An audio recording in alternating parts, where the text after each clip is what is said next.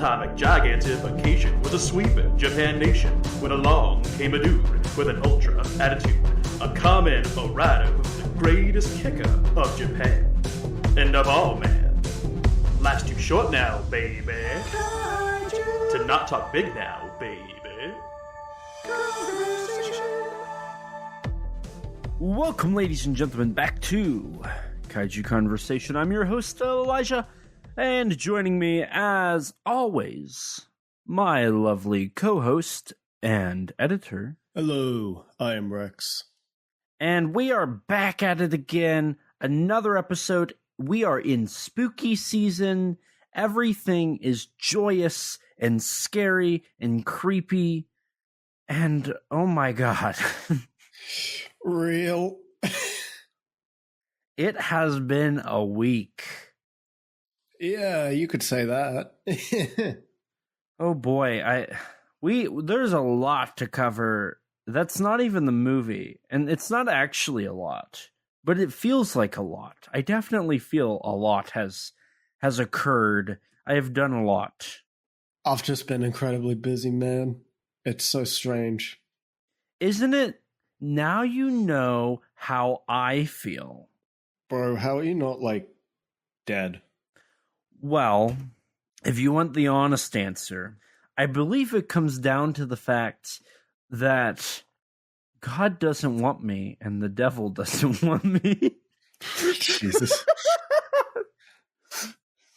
Oh, that's funny. That's a joke, actually. I took that from somebody I know that works at a gas station. They're kind of weirdo. Gas station people can be a little weird sometimes. Radio, I see. Yeah. But if you are listening to this show and you work at a gas station, you're probably weird. We're weird. You're weird. Rex, you're weird. Yeah. So are you. Yeah. So, how have you been? We haven't talked. What do you mean we haven't talked? I heard from you yesterday. Did you? And today. Wait. No? Bro doesn't remember. Oh my god. Did we talk yesterday? Hold on. I gotta look at my phone call history. Did we? You missed... Wait, hold on. Yes, we had an 8-minute call. Oh. Bro does not remember. Wait, we talked for 11 minutes, okay? It barely counts. I don't even remember talking to people. Oh, that's right. I remember we did talk. Oh, yes. I do remember. Yes. It's been long enough. Hey. Oh my god. Look, man. The time that we talked, I was not on this planet. And I've only had 2 hours of sleep since then. Legitimately, I've only slept 2 hours since that phone call. I'm probably more sleep deprived now than I have been since last week. But answer the question. How have you been? What's going on? Well, I've been good, but very much stressed. Still am. Largely because, tomorrow and the day after is filming for the short film I'm working on. You never sent me the script. Oh, that's true. It's fine. So, okay. If I remember correctly, last time the update was you were going to have to start doing a lot more of the work because nobody else had really done a lot because they were waiting for the last day. Tomorrow is filming for you. So, what has happened since then? Did you end up doing all the work? Did people get their stuff together and help you? What's the update there? Yeah, so I ended up because we should have had a proper script weeks ago, and I'm like, guys, why do we not have one? I decided, screw it, whatever. I don't even care if this is bad. I'm just gonna make one that's about as long as we need. Try to simplify the overcomplicated story as much as I can. And so I did that. I've done a fair bit of pre-production stuff as much as I can. I still there's honestly still like a couple things that I think I should do like tomorrow morning. Just at work on Monday, I was just like going through it all in my head, and I was just like mortified. Like, oh my God, we are so disgustingly behind. It is not funny. I need to really like just lock in and just get us over a lot of this stuff and get as many of the group members as I can on board for helping, which thankfully some of them have like legitimately been helping a fair bit, which is good. That's good. That's good. Yeah, I know I've had a couple of those like come to Jesus moments where it's like I have like 24 hours to get 3 things sent off to a client. This is what it. Now I know how you feel. Yeah, that's why for my most recent project, I like pushed to get the information early so I could actually work on it before we announced anything. Yeah. And it worked out because they're really happy with what they were able to announce. That's good. That's good. But as you were saying, yeah, no, like the past few days I've been experimenting with the past day yesterday I've been experimenting with stuff like fake blood preparations. I was going to try a new recipe, for a slightly different recipe for it today, but I haven't had time. I thankfully was able to get at least the stuff for it though earlier today. So I feel like this whole month we've been watching your journey and listening to your journey of this short film. You've been watching me grow more and more stressed as I realize how frankly, like, this is not to like throw shade at anyone, just how in over our heads we have been for the pre-production of this. It's okay. I doubt any of them will ever hear this episode. That's when you reveal that everybody listens to the show. Yeah. Everyone in my group is Kaiju fans, you know? Yeah. Do they even know? How many people in your real life know that you do a podcast? Like a handful of people. Give me a number. I don't know, like less than 10. Probably less than 10. I think there's about 25 people that know I do a podcast in real life. That's because whenever they're like, Elijah, why can't you come in on a Friday night? I say, well, I podcast. I'm busy. You cannot call me in. Elijah, why can't you work on a Saturday? Because I'm podcasting. Leave me alone. Yeah. So my weekend is pretty, no real break on this weekend, honestly, for me. It's okay. Rest is for the wicked. Right? Is that the saying? Sleep is for the weak? Oh, maybe that's it. It's fine. I've never heard rest is for the wicked. There ain't no rest for the wicked. I think that's the saying. Yeah. Man, I'm tired. No, yeah, we can tell. Ooh, okay. But as we continue on with your life, what else, you've been working on the short film, obviously, you're prepping for filming. What else? You've been at work? Any exciting work stories? Anything else going on? Not really. Honestly, most of my mental energy has just been trying to make sure this short isn't a complete disaster fire. I really wish you would have involved me. Yeah, but I am trying to sort out so much. That's why I wish you would have invited me. I could have helped. Maybe I should have. Oh, well. It's like it's just you and I here. We don't need any code words for hey, I need your help. We don't have a, man, I'm hungry. I need food kind of code, because it's just you and I. You can literally be like, help me. And yet, nothing. But speaking of hungry, I am getting hungry. Real. Hey man, what can I say? I'm just, I'm perhaps a little too used to the lone wolf style. Well, as you'll learn in production, Rex, sometimes going solo isn't always the best course of action.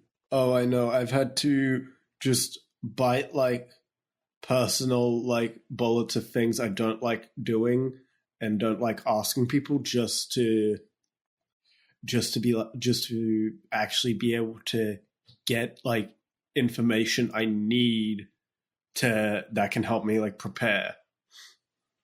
What does that mean? Information about the location and agreements and stuff and The legal side, the paperwork. yeah, most of the paperwork stuff. Nice. Ugh. There's still more to do. God. I'm excited for this, but it's also a complete headache. It's like I'm loving this, but also stress. Is this your first... Okay, maybe I have already asked this question, but is this your first project ever in terms of like a short film? Not really my first, but like it's definitely the biggest thing I've worked on. How long is it? It's meant to be like 5 minutes total. Oh, you would not have lasted on Edo Kami. Oh, nah.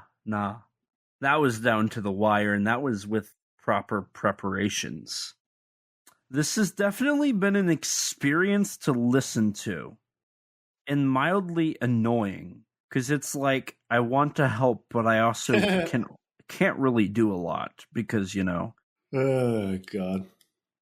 But how about yourself? How stressed are you on this lovely Friday evening, for me at least?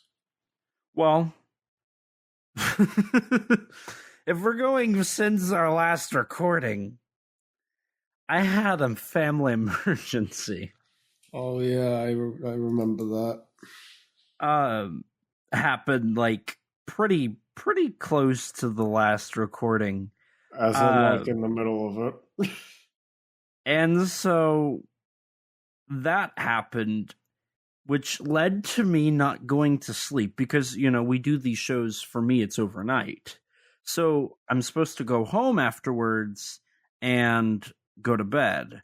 But I did not get that privilege. In fact, I had to go to the hospital. I wasn't in the hospital. Not this time. Last time I mentioned the hospital was because I was in it.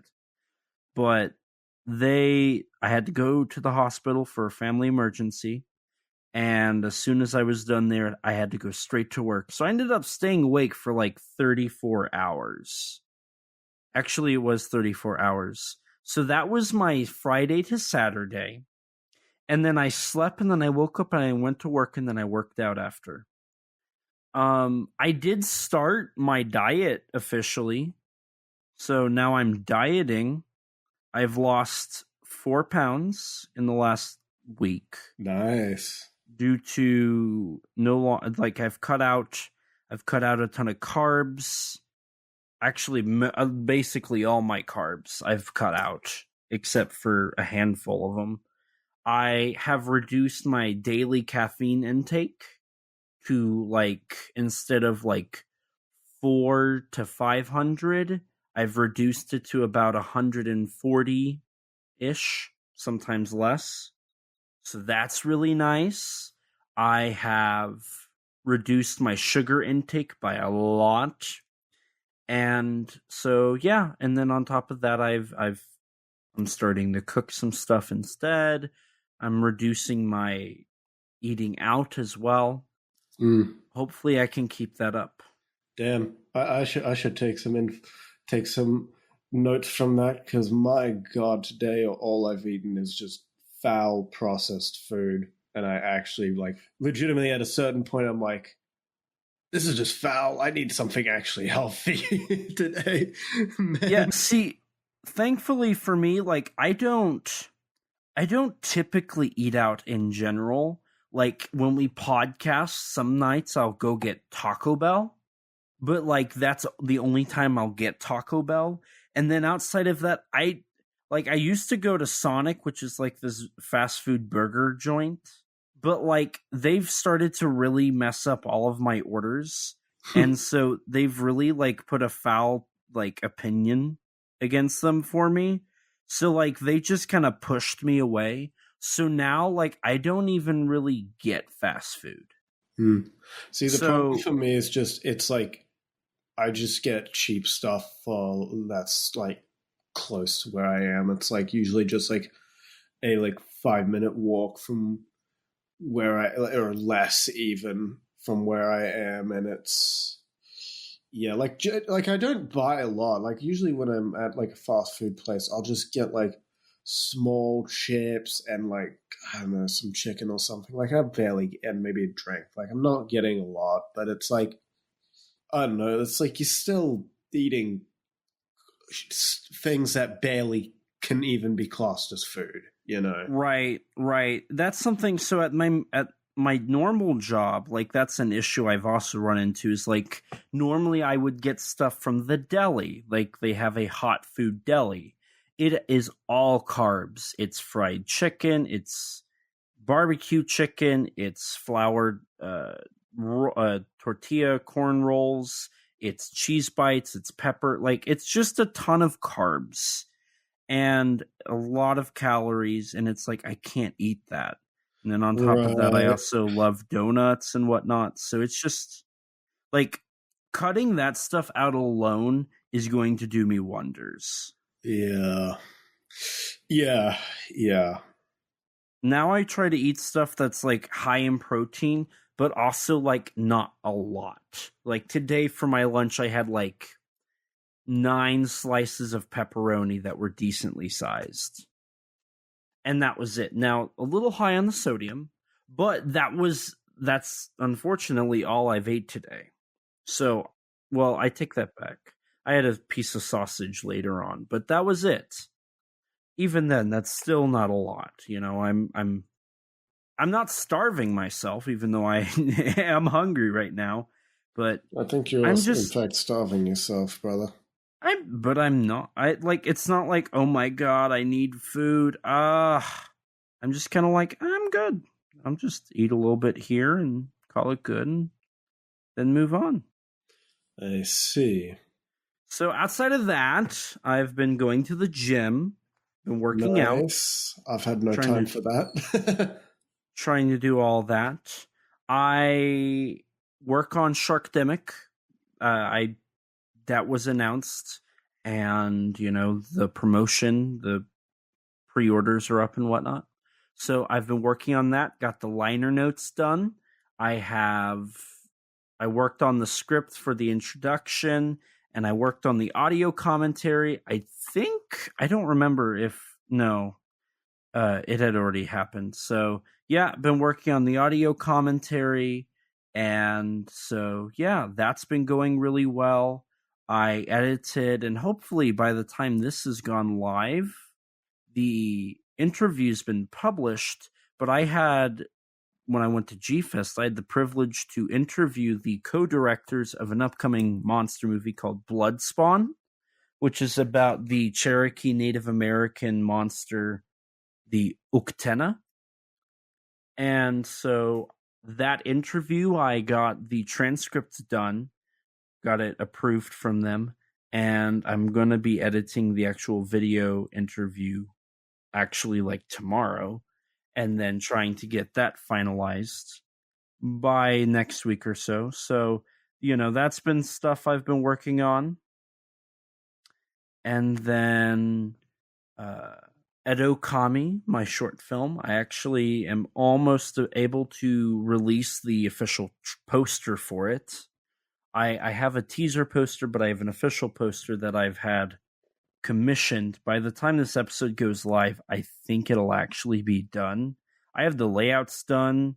I have the artist, like she's almost done with all of it. It's really good. Nice. And so I got that going on. trying to think, what else did I do? You know, working, obviously, studying my Japanese. I have implemented all 50 of my flashcards that I've purchased. I bought 200. The first 50 kanji are now officially in my daily routine.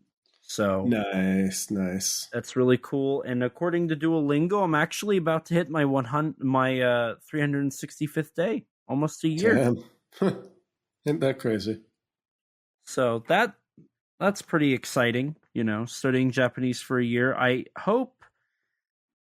feel like I definitely know more than I did. Because now I can actually understand a lot more. But, you know, I'm not there just yet. Right. Who knows what this next year will entail, but maybe I can actually, understand a lot of basic conversation by the end of this coming second year. We shall see. We shall. And then, honestly, outside of that... Oh, wait! I also did a short film. Oh yeah, you did, didn't you? I did.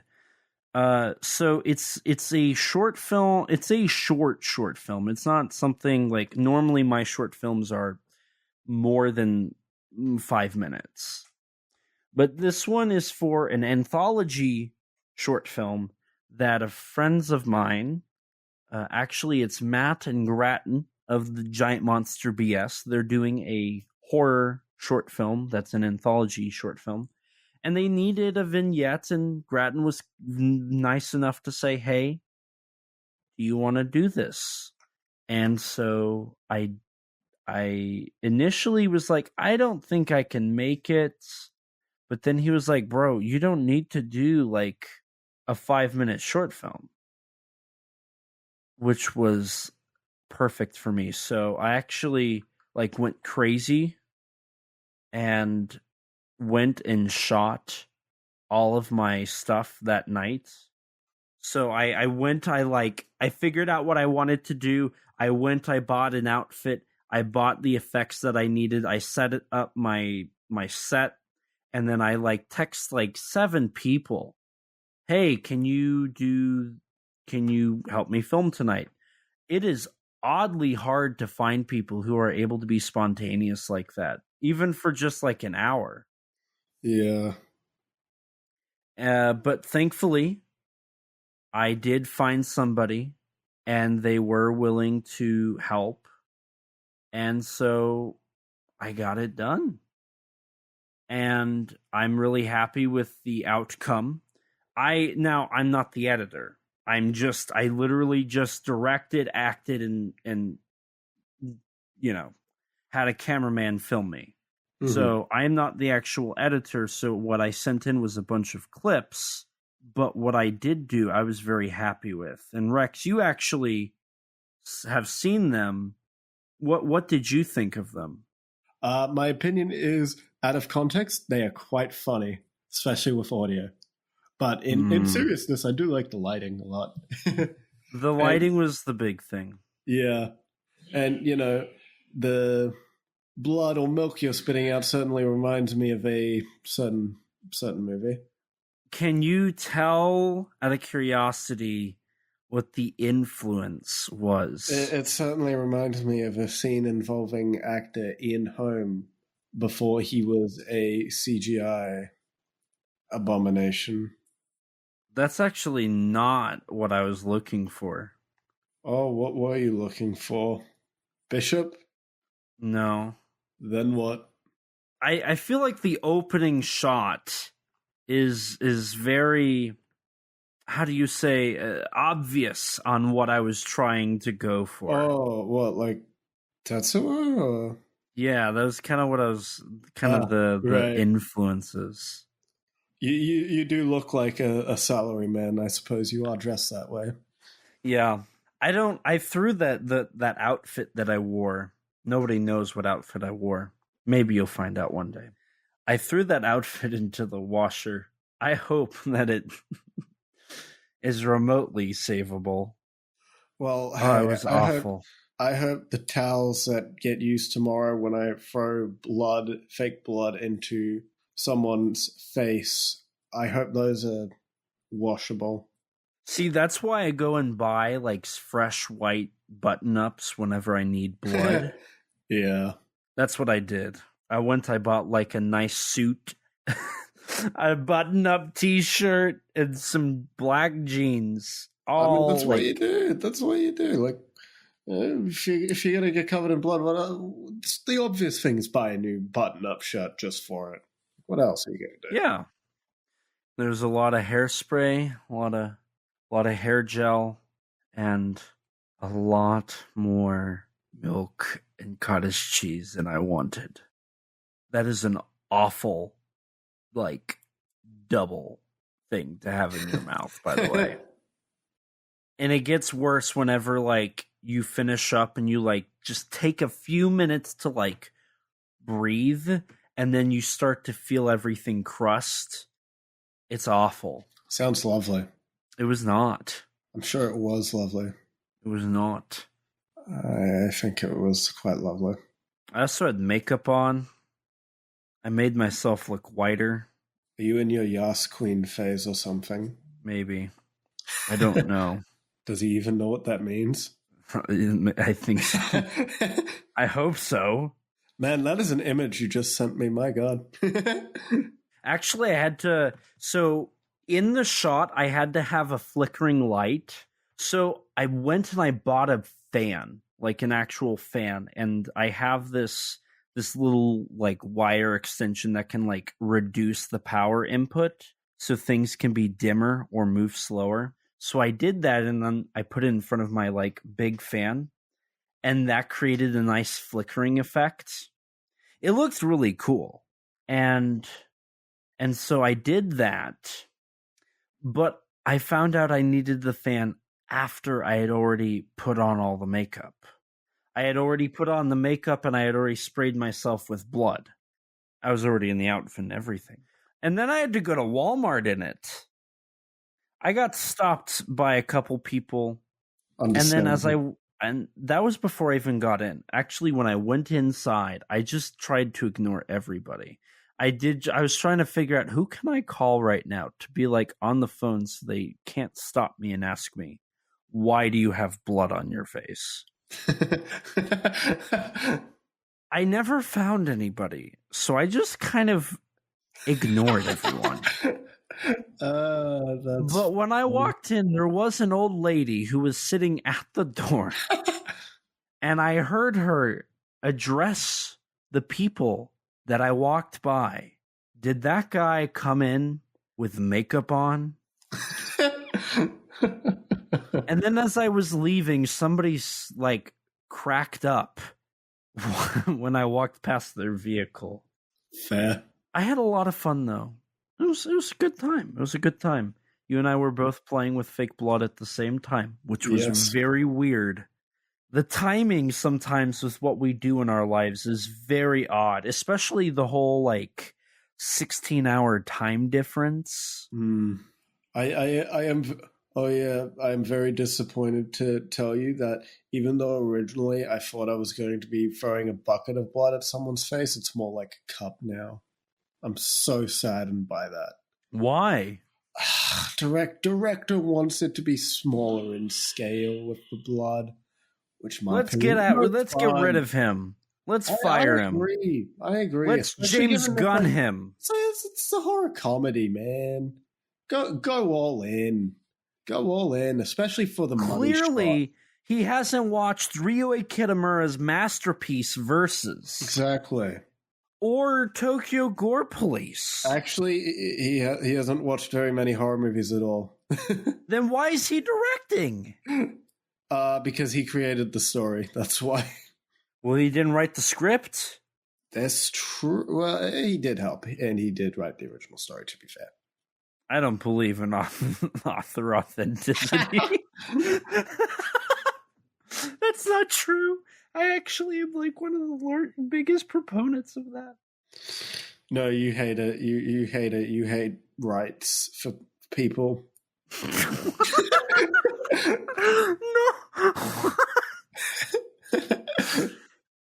I don't know what you're talking about now, but it sounds like it's a bunch of malarkey. No, you hate workers' rights. Well, actually, I did sign a contract that stated I can't... You want the AI to take over, don't you? I did sign a contract stating I'm not allowed to talk about unions. Damn.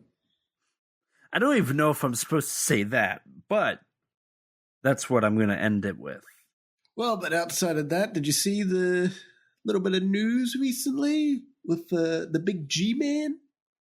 You know, I think I know what you're talking about, but I'm going to let you take the driver's seat here and give us a little bit of a info drop. I think if it's what I think you're talking about, I just watched it earlier today. Well, actually, I suppose there's two things, actually.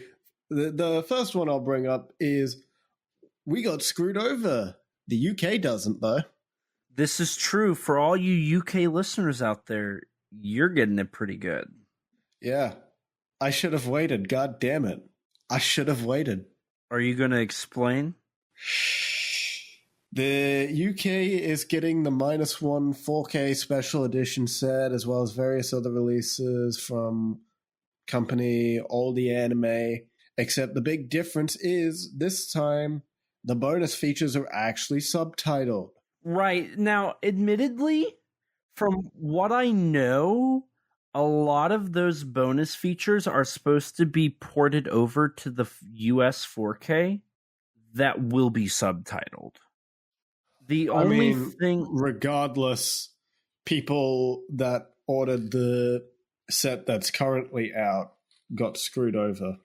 Yeah, because the booklet, they're actually getting the booklet, but they're not getting the Operation Watasumi packet thing. They're not getting that. Now, in all fairness, it's probably because it's not through Toho. Like, a company licensed it from Toho, paid to get it translated, and paid extra money for, like, the translated booklet and whatnot. It also could just have been a thing that the translated booklet was like a last minute thing that like Toho was commissioned to do, and then they thought it would be nice to offer it as a digital special for anybody who bought that 4K box set. I don't know, but possibly. I don't know. Either way, we got screwed over, man. We got ripped off. It's fine. I have the Steelbook on pre-order anyway. I'll buy the 4K, I'll buy the Blu-ray, and I'll buy the DVD. I'll buy one of the ones that has the... Oh, God, I'm getting screwed over by Toho. Well, if you need the US 4K, let me know. No, the UK one should be cheaper for me. And it should have the bonuses with sub. Oh, God. Thank you, Toho. Thank you so much for your kindness. Toho continues to... Actually, I will say this.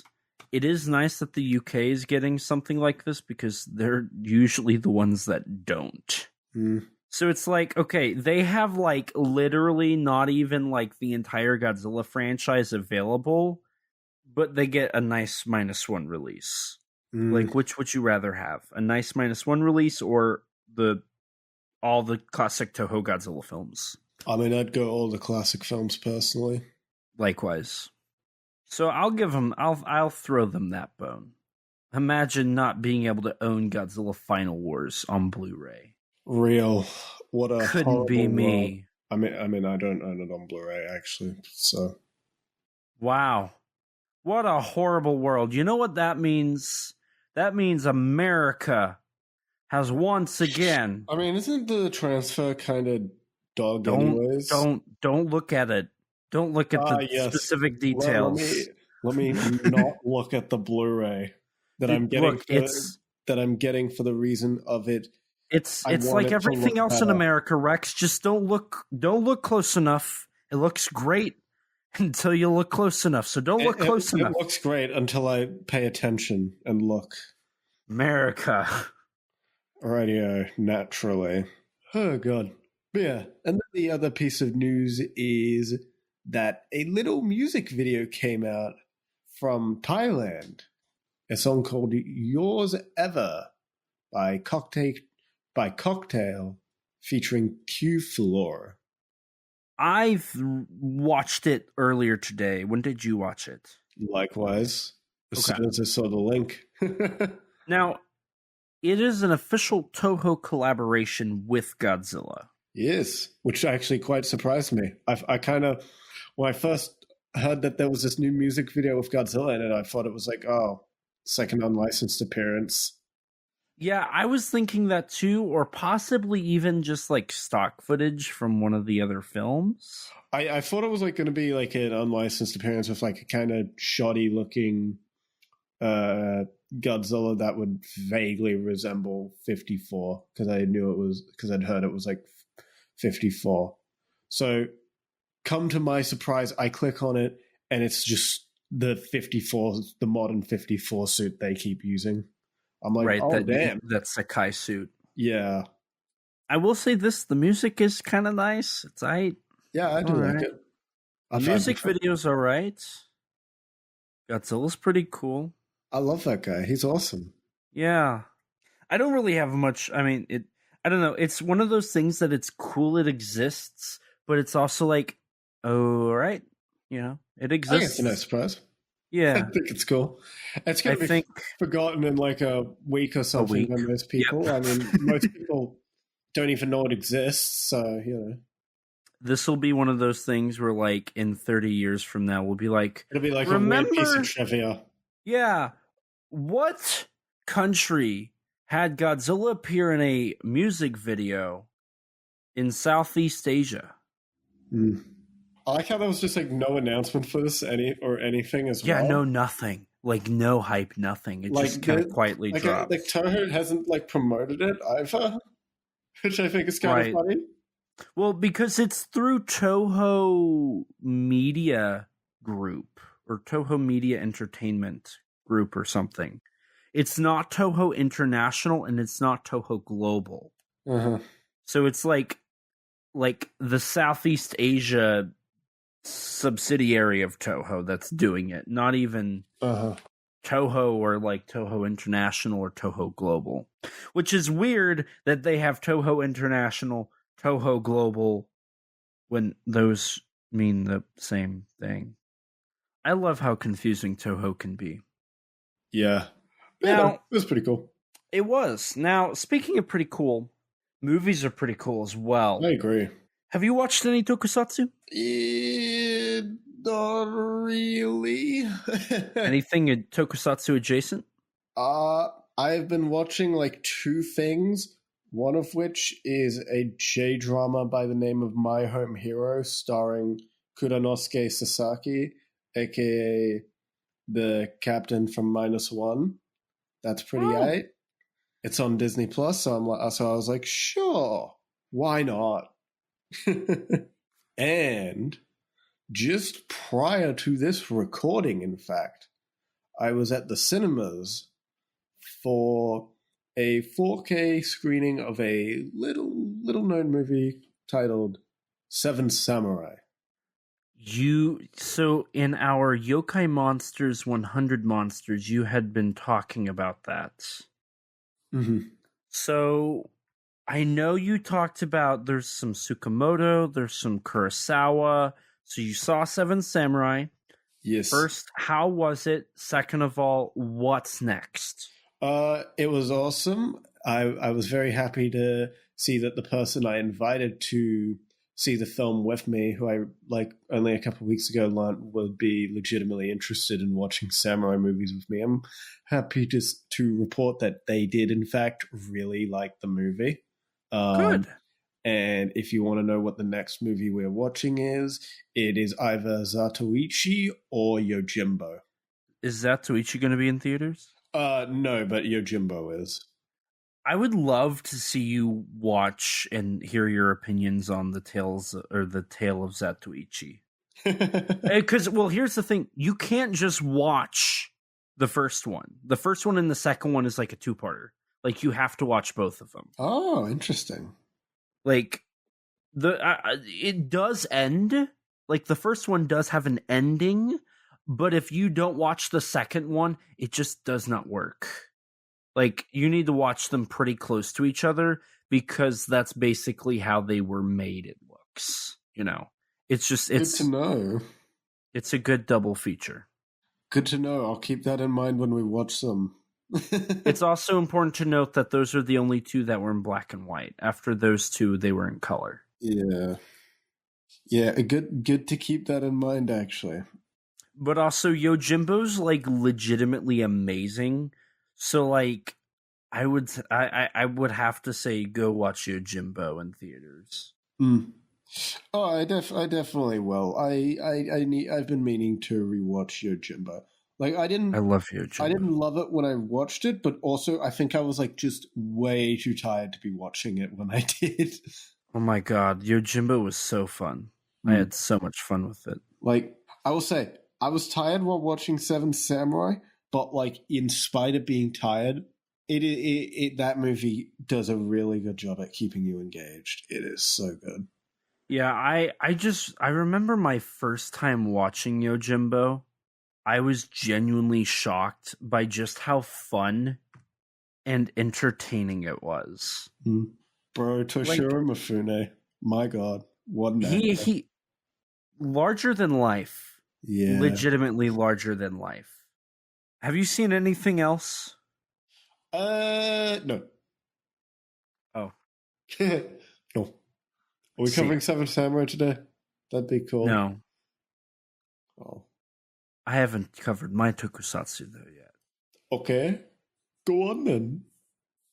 Well, as it is October, I've started my Halloween horror nights. Nice. So, my first course of action, I have this Katakawa horror collection of 4 movies that I had seen half of them. It's got Shikoku,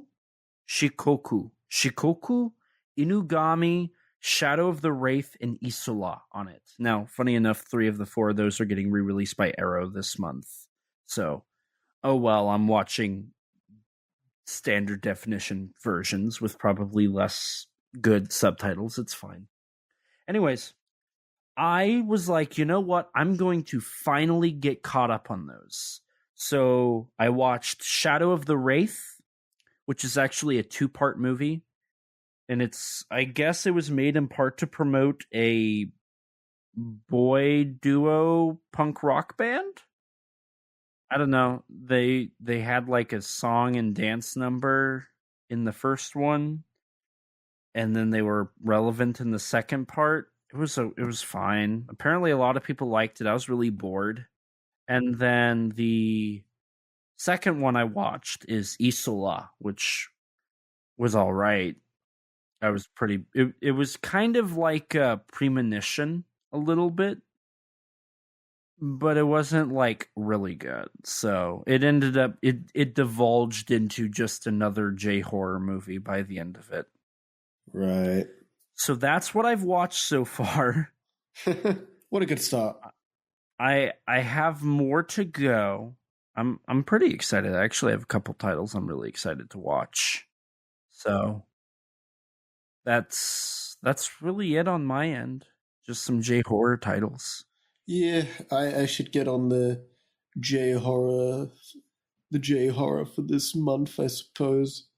We also need to find a time to watch Planet of the Vampires, Dark Star, that's so true. Alien, and Aliens. Yeah, that's so true.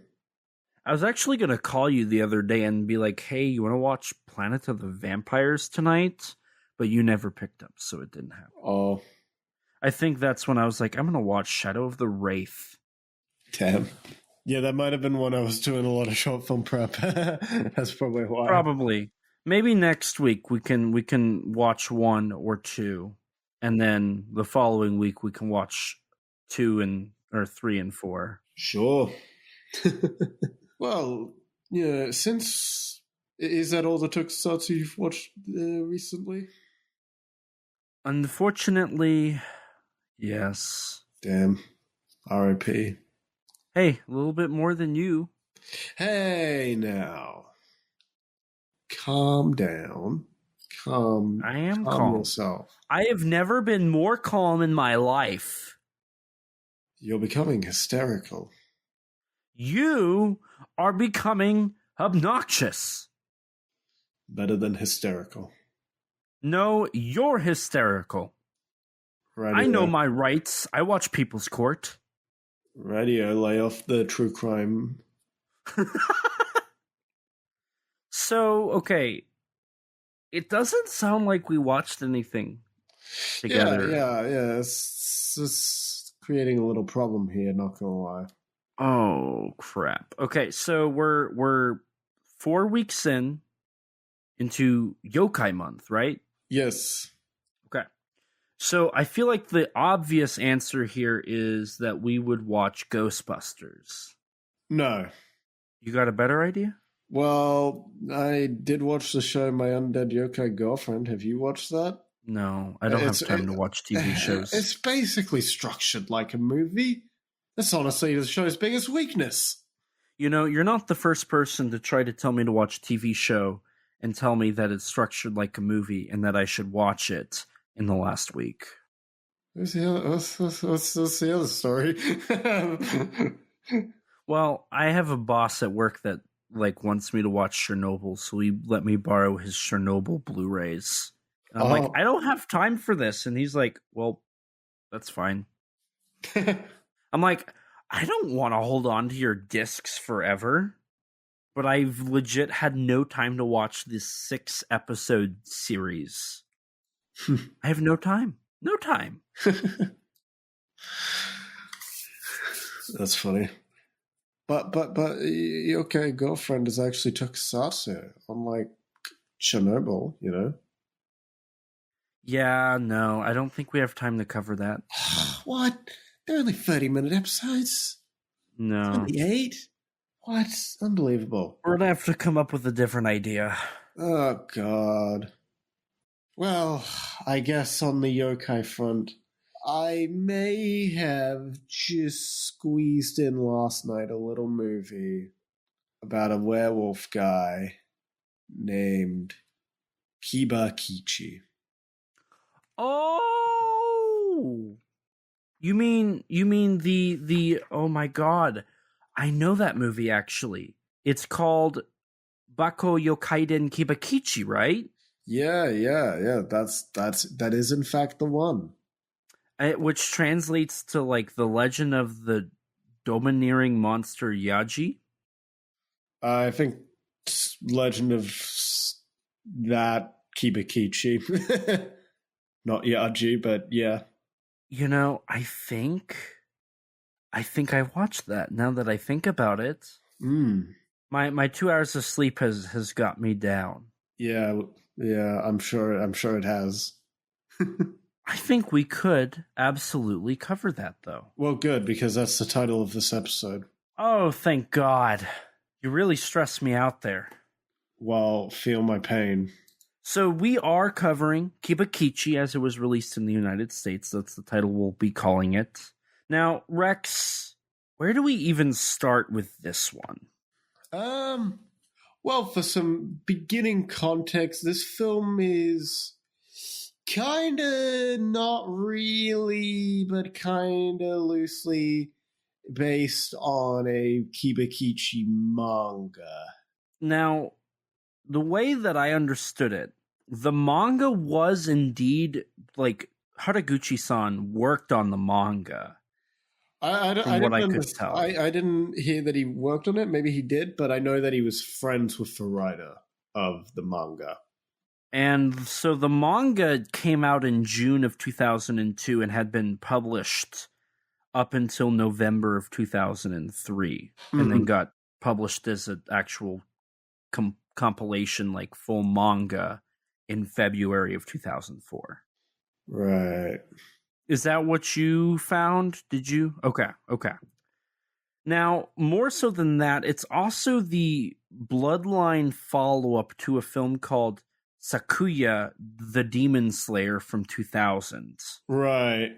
Which a lot of props and effects work is recycled from that film. Right, and that's because this film had a significantly lower budget than that one. Right. Last time I mentioned that the two-faced woman yokai, that was made specifically for the Spook Warfare film, that her only like reappearance in any like yokai media was Sakia, sorry. But nah, she's here.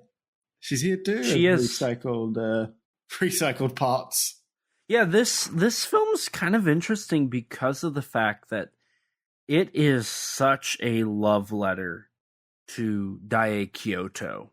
And that's something that they actually talked about extensively behind the scenes, was the fact that they actually went to, so it was shot in Kyoto. It was shot in Kyoto, mostly at Shikoku Studios.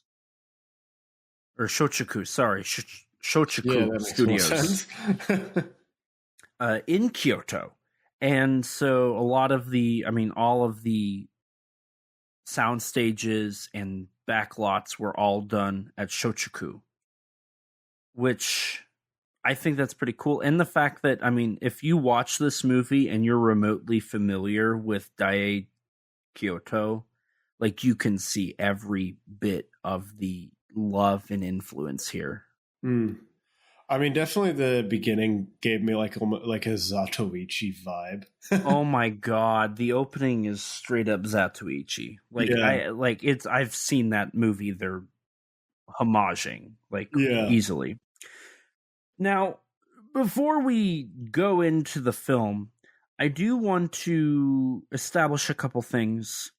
So, the idea for this film first came from a conversation between Mugi Kamio and Tomu Haraguchi, the writer of the manga and the director of this film. They both love monsters, and they both grew up in the same time period. So that conversation is what led to the development of the script and to the development of the film. It's also worthy to note that Haraguchi-san said that this is a part of a wave of Jidaigeki films that were becoming popular again. You had, if you're talking international productions, you had Twilight Samurai, I believe, at the time. Yeah, that would have been 2002, yeah. But you also had Ryuhei Kitamura's Azumi. You had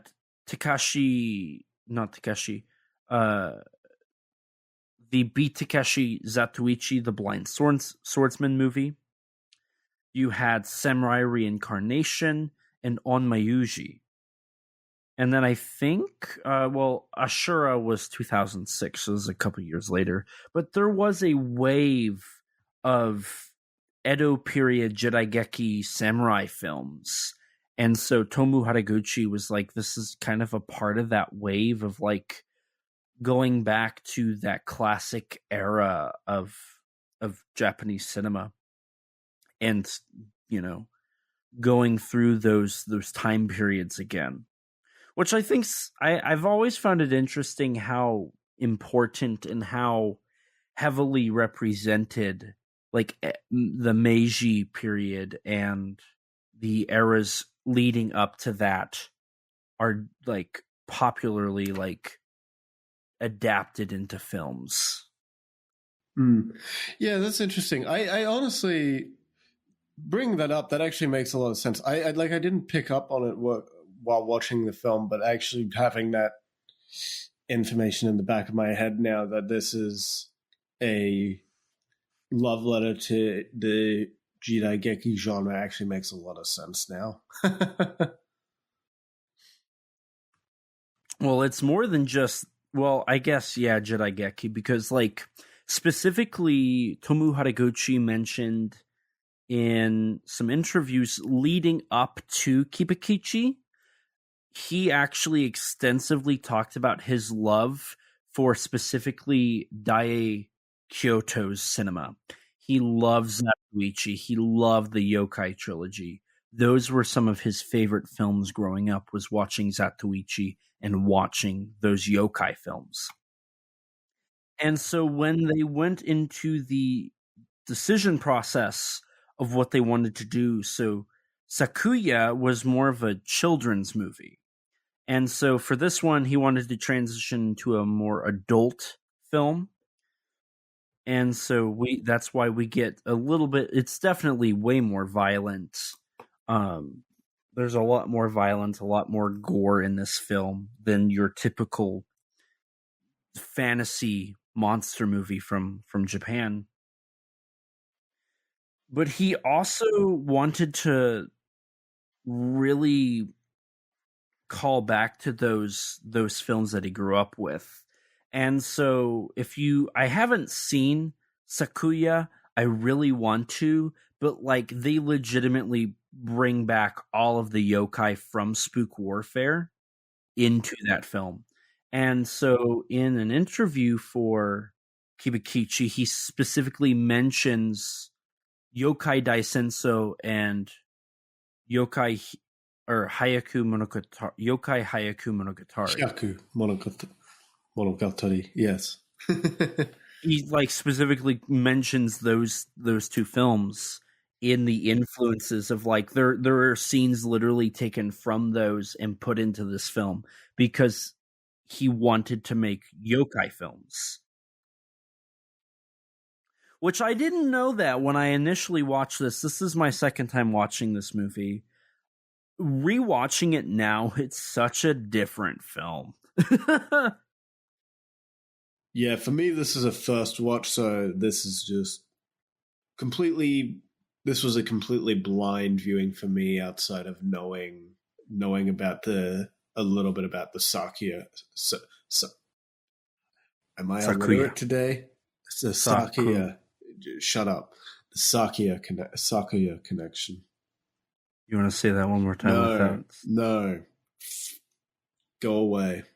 Now, interestingly enough, this film, I don't know what happened, but there definitely was some sort of issue behind the scenes because filming started January 26th of 2003 and ended February 14th of 2003.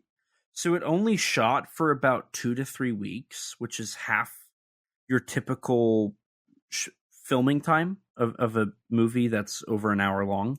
Typically, you have 60 days of filming on a big budget film. This had half that, so obviously it's going to be a smaller film, right? But then it took another year for it to come out because it didn't come out until February 7th, 2004. Of course, there was the premiere before that, but that's still like 9 months at least of post. I mean, to be fair, in the meantime, like, about 3 months later is when the sequel, Kibakichi 2, comes out? Yeah, I mean, they were directed by Haraguchi. Right. Actually, Haraguchi's mentioned that he wasn't even sure a sequel should happen. And it's been a long time since I've watched Kibakichi 2, but apparently it's really, really bad. I probably is because I literally don't remember anything about it. Nice. I just know it exists and I own it. But yeah, no, he specifically said he wasn't sure if they even needed to do a sequel to the film. And so that kind of tells you, I think they actually shot them back to back. That's my theory. It was interesting because apparently Haraguchi was interested in directing Kibakichi 3, which I don't know what Kibakichi 2 is about, but apparently this third movie was supposed to be about like a half ninja, half yokai that Kibakichi goes up against. And I'm going to just say he was hoping to do that after Gamera the Brave finished. Interesting. I'm just going to say this now. The way that Kibakichi flows, I 100% believe that he was supposed to be a modern day Zatoichi. We're going to talk about it as we get into the film plot, but this film and the way that Kibakichi is 100% tells me that like he was supposed to be a new like Zatoichi character. I have no doubt about that. Yeah. I mean, structurally, from what I know of Zatoichi in the one film I've seen, the Beat Takeshi film, it very much feels like a Zatoichi film, especially like you've got, the sword fight at the beginning, you've got the sword fight at the end, and you've got the whole, I don't know if the other Zatoichi movies have this, but the gambling aspect as well. Every Zatoichi film has a gambling aspect. Okay, I see. And Yakuza and a boss hiring Zatoichi. Yes, it's all there. This film is literally just a repurposed Zatoichi script. Right, I see. But it is weird that post-production took so long on this film, simply because there's no CG or compositing in this film. None. Huh. That's actually true, thinking about that. I didn't think about that before, but you're not wrong. That was one of their biggest promotional things, was in a time where CGI is starting to run rampant, we made a film where there's no CG and no compositing. Damn. No wonder it looks pretty good, minus the fact the lighting could be a little better. It's funny you say that, because from what I read in an interview, that was what Haraguchi really wanted to hone in on, was an emphasis on lighting. See, a part of me kind of wonders if it's more the transfer than the actual film's fault. With the lighting. I will say that this transfer does suck. Yeah. Not only is it cropped because they're thinking you're going to watch this on a box TV and it's in standard definition, but it's also just really bland when it definitely should be a more vibrant film at points. Right. Yeah, this transfer sucks. And I don't know about you, but the subtitles were dubious at best. Yeah, I felt that at a couple points. When they spelled Kappa as K-A-P-A, I was like, oh no. And you can literally hear them saying a different name than what's spelled. So yeah, this is not the best.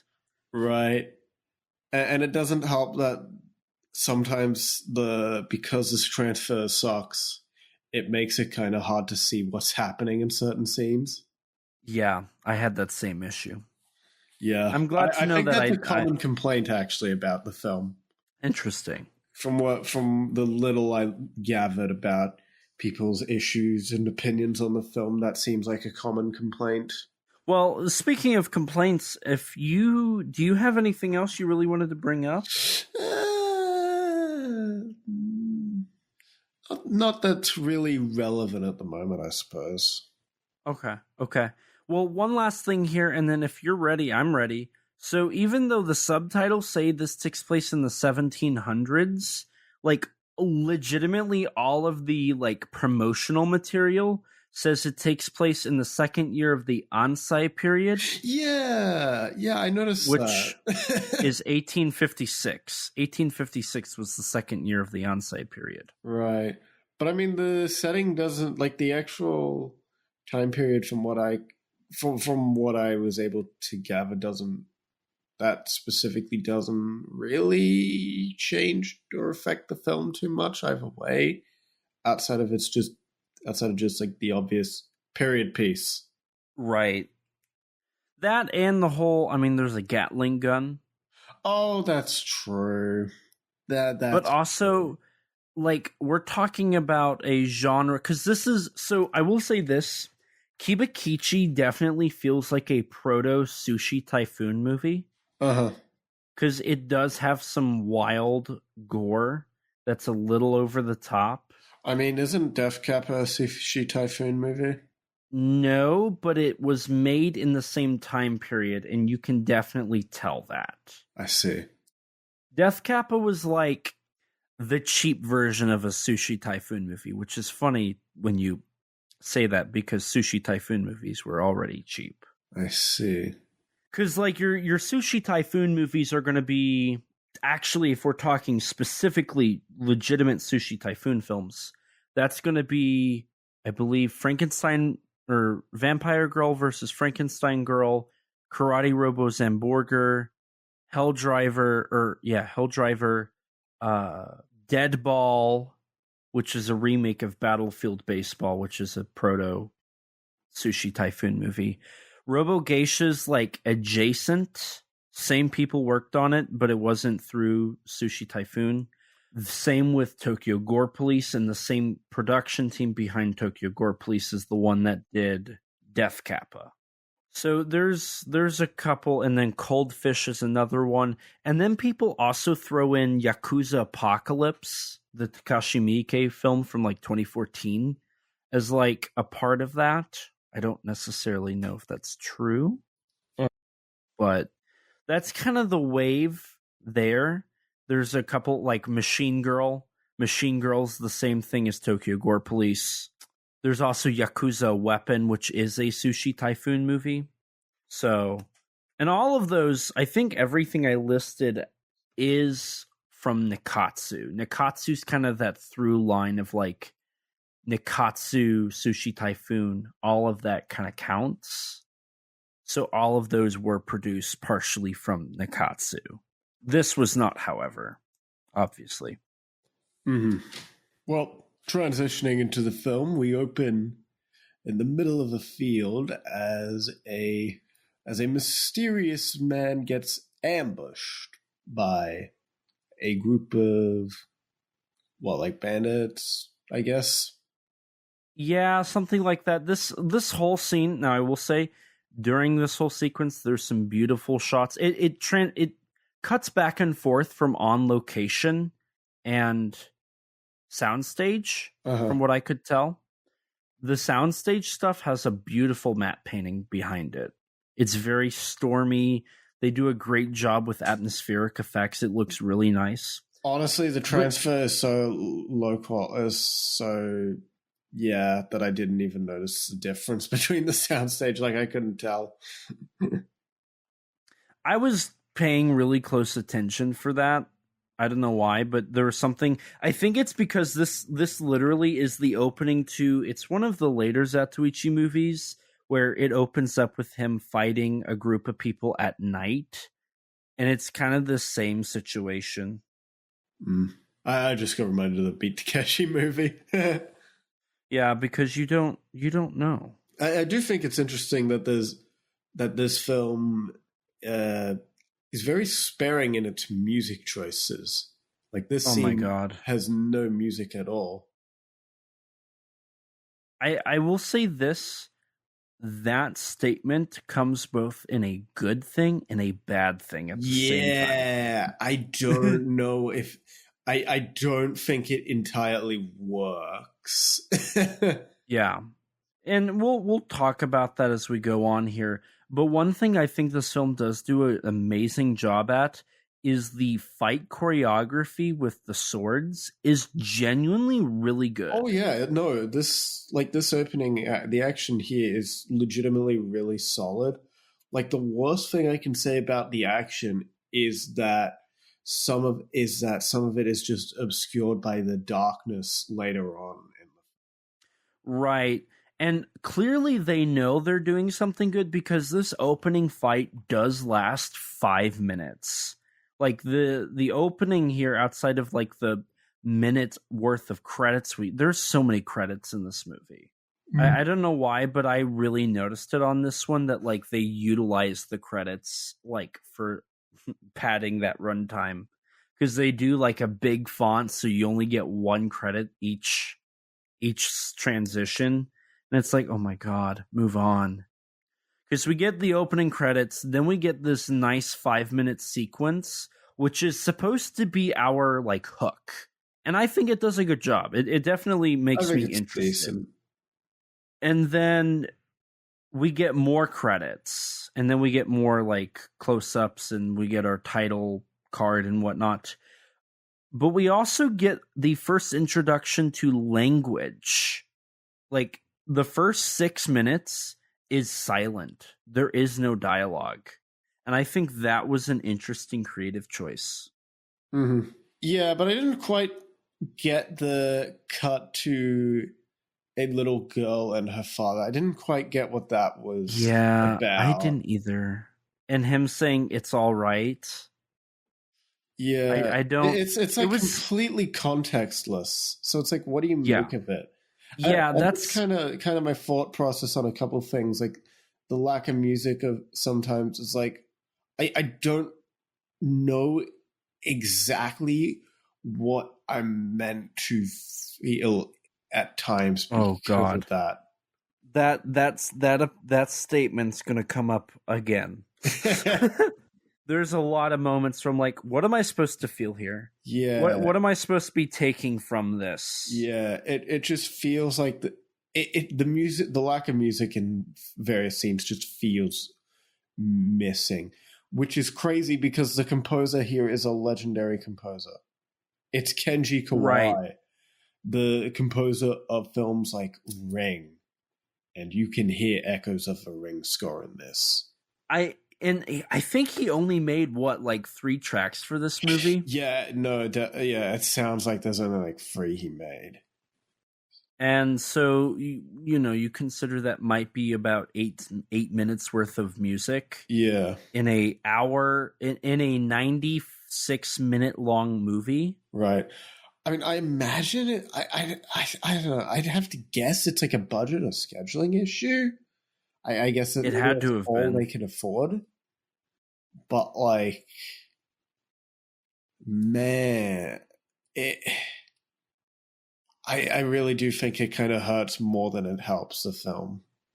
Yeah, I agree. Honestly, one thing that this film does, and again, we're going through the credits, right? There's a ton more credits. There's just shots of him walking, which is normally fine. But, we're 7 minutes in and we're still getting quick glimpses of Kibakichi with credits and random moments of dialogue. That's like, what's the point? Why do we have a woman saying, "Why did you come here?" Why do we have the father and the daughter? There's a lot of padding in this movie to make it. Oh, yes. Oh, yes. This is a 95, 96-minute film where, frankly, there is not a whole lot happening in this runtime. Right. Yeah, no, at one point in my notes, and I'll obviously bring it back up, but I literally wrote, what? I don't know what's going on. And another thing, too, is, so I think this might be my big issue with the film as a whole.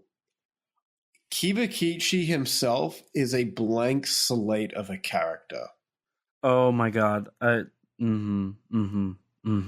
my God. Where a film with this sort of Zatoichi formula can work, CC the Zatoichi movies, but that's because of he's an actual character with an actually charming personality. Yes, that's the thing. Shintaro Katsu brings a charismatic character to light. And the thing about the Zatoichi films is they're covering Zatoichi's questioning of friendship, questioning of faith, questioning of his morals, questioning of humanity. There's a moral debate that Zatoichi goes through. And on top of all that, he's also fighting, he literally is I'm not a good person. I'm a member of the Yakuza. I gamble. I have killed people. I shouldn't be killing people, but I have to kill people because everywhere I go, I try to get killed. I can't not kill people. Yeah. And so Zatoichi just brings a whole new light and interesting perspective to the concept of a swordsman. Yeah, meanwhile here, the most you really get personality-wise for Kibakichi is he's stoic and you get a bit of his backstory. And in a brief flashback sequence. Yeah. I mean, frankly, the character that exposes his backstory is in the movie for maybe 3 minutes would honestly serve as a more interesting protagonist than Kibakichi. Yeah. She shows up in the second one and is more prominently in that one, if I remember correctly. Yeah. But before we get too far ahead, so as soon as the credits end with all of these establishing shots and this main theme, we open with narration. We're 7.5 minutes into this film, and now we're getting the opening narration.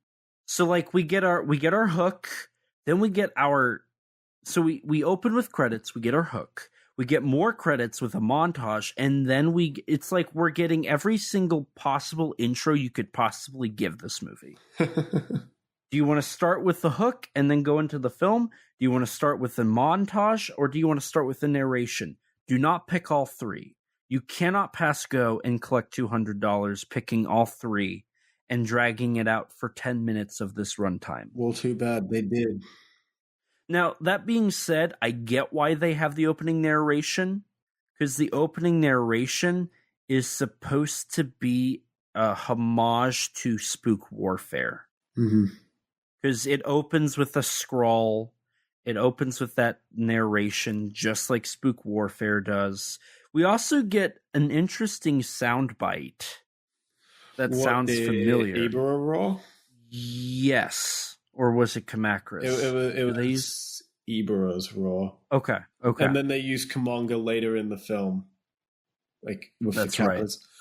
Right. I will say, actually, with this opening narration, I feel like it would it perhaps have been better to place it before the opening action scene so we have some context to it? You know, that would have worked, and then you could have assumed that Kibakichi was being hunted. Yeah, because that's what I figured after it. I feel like that it would kind of, for me, I feel like it would work better to have that established before, so I have some context as to why there is a fight happening in the first few minutes, and why I should, like, some even small reason to care. Right. Now, granted, I think the cold, honest truth is that opening is literally just meant to be tributes.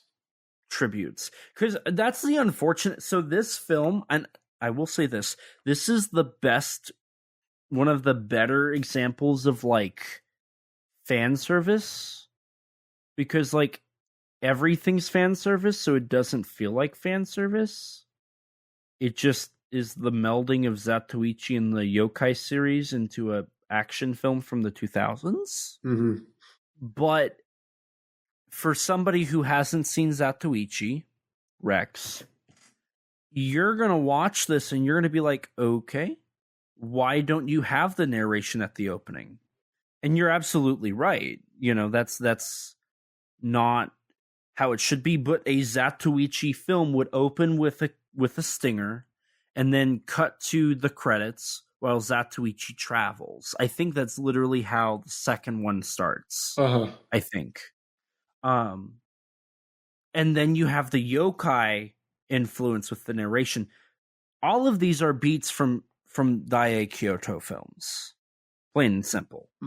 I mean, these things can work on their own and work together. I just feel like the way it's structured here doesn't quite work as well as it could. Oh, I wholeheartedly agree. Now, one thing I will say that they do a great job at is they did not have the budget. From what I saw, they only could like design 10 characters because they only had a team of like 5 or 6 people. And so they write off the yokai.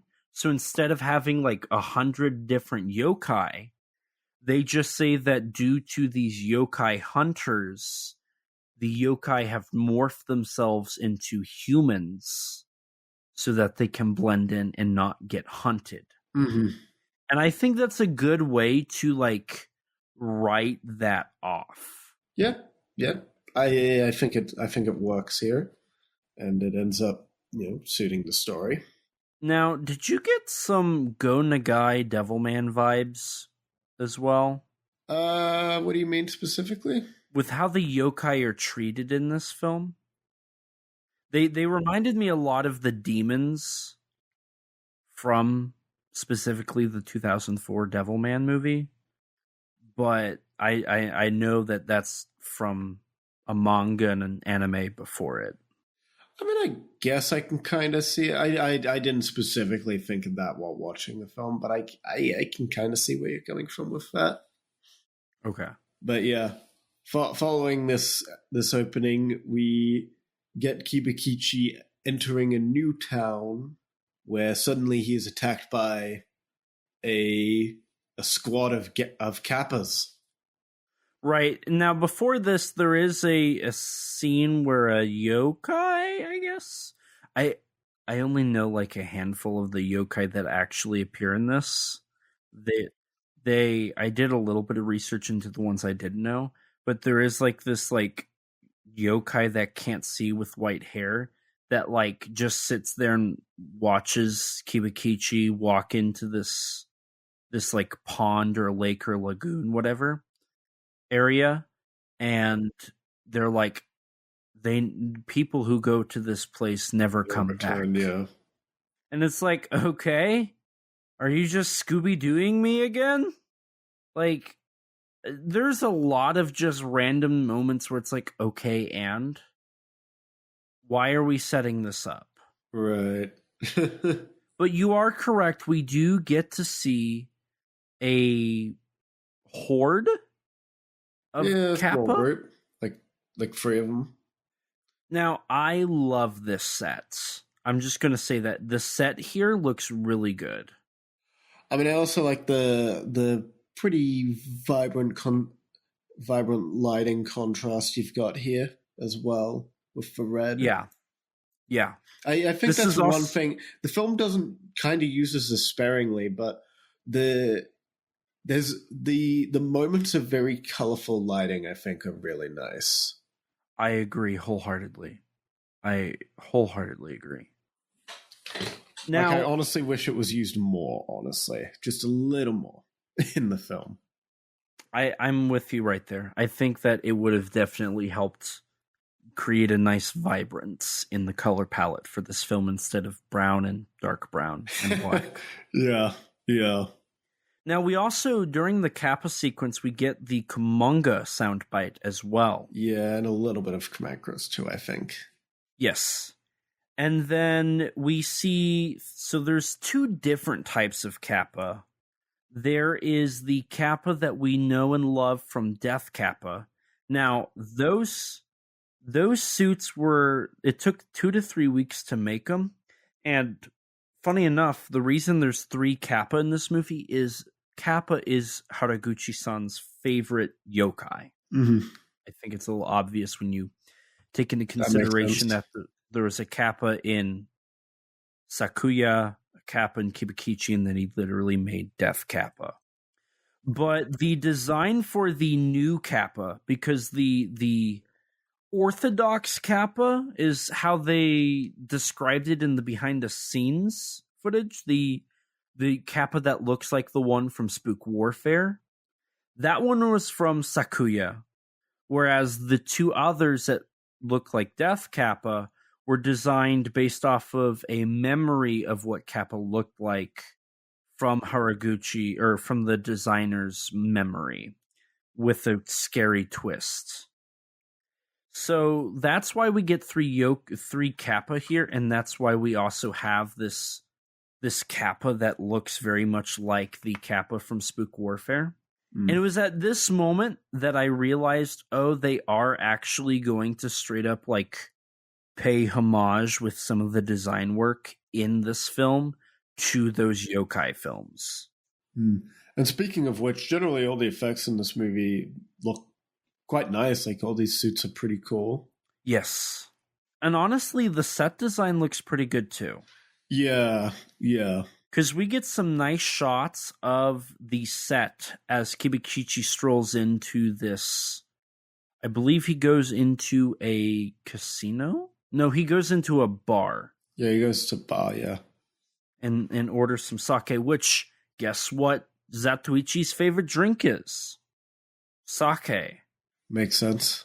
So there is no way that Kibakichi is not supposed to be a Zatoichi stand-in here. It's also important to note that Haraguchi worked on the Zatoichi movie under the makeup department. Which one? The Beat Takeshi? Beat Takeshi one, yes. Yeah, makes sense.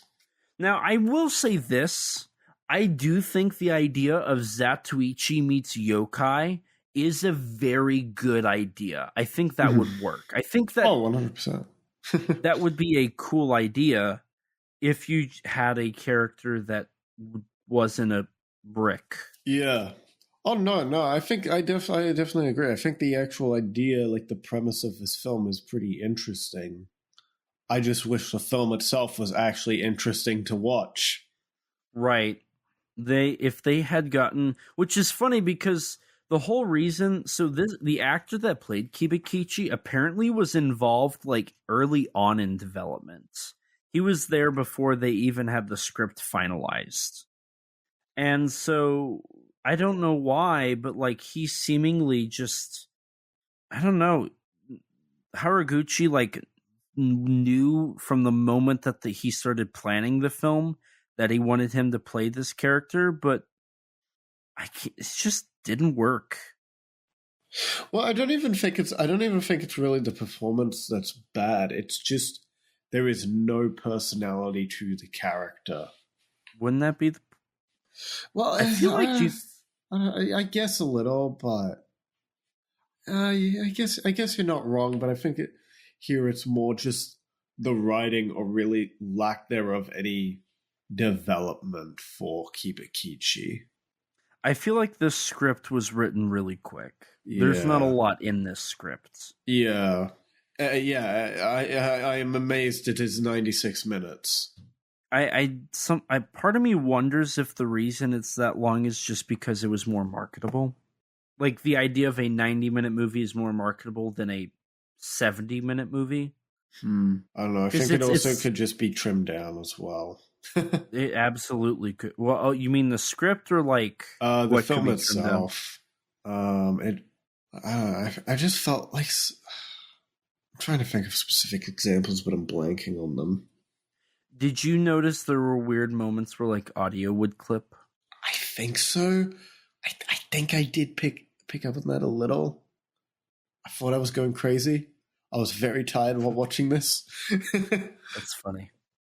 But yeah, no, as we see here in the film, Kibakichi, I almost called him Zatoichi. Wait a minute. Ichi. What does Kiba mean? Kiba is Fang. Fanged Ichi? I mean, it's not the same Ichi character, to be fair, because it's Kichi. Yeah, that's true. And it couldn't be Kiba, yeah.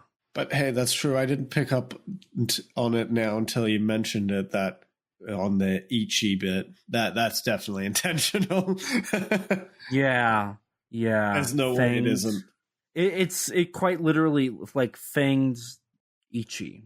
Like the key part does kind of mess that up, but I do think that that was easily there. They were like, oh, it ends in Ichi, fanged Ichi. It's a werewolf. It's a werewolf Zatoichi. Because in the films for Zatoichi, his name's not Zatoichi. His name is Ichi. Yeah. Ichi. Zato is, I want to say... Is that his rank? Like, yes. His class? Yeah. His class of Masseur, I believe. And they explain it in one of the movies because he's like, my name's just Ichi. And so Ichi, maybe Ichi's his Masseur rank and Zato is his Yakuza rank. That sounds right. I thought Zato like stood for him being like a very, just in general, like if I remember right from the Beat Takeshi movie, he's just like a very low-ranking person in society. He's a very low-ranking Yakuza. Like he's bottom of the bottom. But yeah, speaking of this, the whole Zatoichi element of the character, shortly after entering the bar, he and a couple of the locals end up inviting him to go gambling. Which, again, Zatoichi. Literally. Like Zato, and the thing is, Zatoichi literally played the dice. That's what he always does. And he always had good luck with the dice. Yeah. And he also has good luck here. Also, just so we establish it for anybody who's interested, so the Ichi is Zatoichi's name. Zato is a title. It's the lowest of 4 official ranks within the Todoza. the historical guide for blind men. So his name technically is Zato no Ichi, which is low-ranking blind person Ichi, but Zatoichi is just the short way to say that. So there we go. That is where the Zato comes from. Meanwhile, as he goes gambling, we also this is intercut with the introduction to the, I guess, leader of a village, Onizo, and a woman by the name of Kikyo as well. Right. Who is actually a human woman that had been abandoned by humanity. Right. There is definitely this level of like they're trying to humanize the yokai, right? And they're trying to there's this kind of this film seemingly is trying to make statements but also doesn't do anything with them. Right, yeah. There's a couple statements in this film. One of them being the idea of like humans are actually like animals in contrast to the yokai that are more humanized and compassionate. Right. And there's the whole coexistence angle as well, with Fioka looking for that. Yeah, there's stuff there, but ultimately it just doesn't. As you said, the film really doesn't end up doing a whole lot with this stuff. Like, take this character Kikyo. Like, it's established that she was abandoned by her human companions, but it doesn't really ever elaborate on that. Right. It kind of just, I think it restates it once or twice, but that's kind of it. Yeah. Like, they don't, like, by the end, you would think they would either end it off with, like, somehow she became a yokai. Because that's the thing about yokai, right? Like, anything can become a yokai. Like, a umbrella that has been thrown away can literally become a yokai. I mean, you'd think that with her getting, like, you'd think she'd do something really relevant in the film. Right, maybe even this introduction. Be a voice of, like, reason of, like, why they should coexist or something. Yeah, actually, that's something. Like, have her try to stop the fight at the end. Like, these yokai, like, they have cared for me. They've protected me for years. They raised me. And I'm not a monster. Right, but she barely ends up feeling like an actual character and more just like almost like a tool in the script, almost more than a character. Right. Yeah, because I mean, even the actress at the premiere was like, I don't really have that many lines in this movie. Like, she mentioned that because she doesn't really have a lot. She doesn't do a lot. She just kind of stands to the wayside as the male character in front of her that says something or does something. And she just kind of is there. It's like, come on. Like, there is, and honestly, this is probably the biggest problem with this movie. There is so much potential. Yes, 100%. Like, the idea of a yokai Zatoichi alone is a cool idea. Great, let's run with that. Oh, because in a Zatoichi movie, there's always a female love interest, damsel in distress, that sometimes actually does impact the plot. Have her do something, and then you have all the yokai. The yokai, I think, are done fine in the movie. Yeah, I mean, that's you bring up like the whole angle of her being a human amongst this town of yokai is a really interesting angle, but it doesn't do anything with that at all. the most that's really done with her character is there's an ultimatum that the antagonist throws at Onizo near the end. Right. And that's really the closest the film does to ever doing anything with that. But even then, it's kind of stretching it to even say for me to even say that it's really doing anything with that aspect. Right, because it's really not. Exactly. Now, speaking of that, we actually get introduced to our antagonists a little after our boss of this casino notices that Kibakichi's actually doing really good in the gambling room. After that, we do get introduced to our main villain and the two side villains, which... Okay. I don't understand why they even introduced them this way.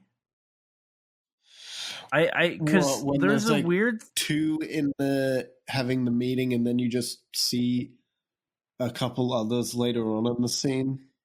Yeah. And honestly, the whole villain part of this movie to me was just really confusing. Maybe I somehow missed something, but like... Is there any reason for there to even be more than one actual, like, main villain here and not just, like, a bunch of, like, lackeys? Right. There's a little bit of Matrix influence here, too. Oh, and the costume design, yes. Yes. Yeah, it's really weird because, like, at first it's like, okay, who's the true villain here? Like, because they all seemingly have enough interaction that any of them could be the main villain, right? Right. I mean, the film does make it more clear later on that the one by the name of Yamai is our main antagonist, but this introduction is a bit odd for how it really doesn't establish Yamai over any of the other antagonists with him. Right. And the way we're introduced to them is like making this deal with our main yokai boss, Onizore. Oh, was it that? And it's basically like he wants to create this dream yokai, essentially Yakuza clan. I mean, at the end of the day, that's what it would be. That they just kind of do their thing. Now they're going after specific people. Do they ever explain that? Did I miss that? I just took it as it was just any human that entered, like, that went gambling there. They do have those posters up though, I suppose. So yeah, and they don't. One of them's Shinji Higuchi, by the way, which is really funny. Really? I didn't see that. Yeah. One of them is just a picture of Shinji Higuchi. I didn't notice that. That's funny. That one ends up getting like blood splatter or something on it, and I thought that was funny. But I wish I noticed that. Yeah, I was very confused by why they had the like wanted posters. I never really figured out who, where, when, or why. That's actually another thing I got confused by was, so a little bit after the scene, Kibakichi meets up with the boss of the town, and they end up mentioning like these murders, that like a murder investigation. I was I felt like I was missing a page here. Yeah, because again, this film was trying to be Zatoichi. What this is the call to adventure for Zatoichi, because legitimately almost in every film, there's going to be that boss that's like, Zatoichi, we need your assistance, we need your swordsmanship.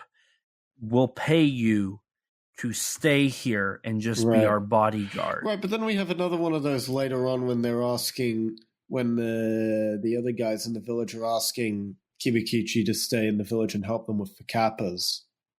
Right, because they also establish, I think they establish in the scene that like the fact that he was able to kill. Did he killed both of them, right? I don't think so. No. I don't think so. But he was able to like knock out 2 Kappa, which was like really surprising. Plus the boss of the town only trusts people with good luck as well. Right, which is a really stupid thing. Yeah, whatever.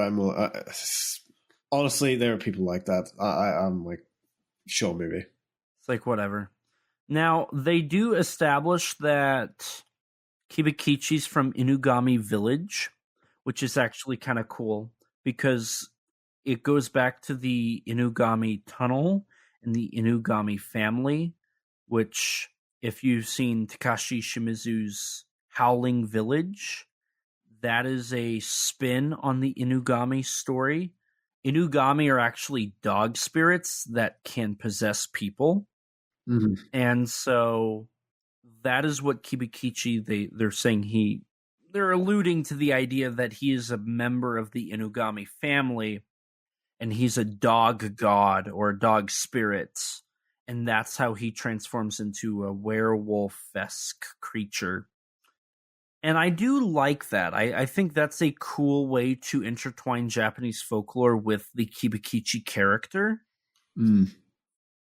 Now, unfortunately, I'm not too well versed in the actual Inugami story. I know in Howling Village, the way it's explained is the people of Inugami Village, like, mated with dogs.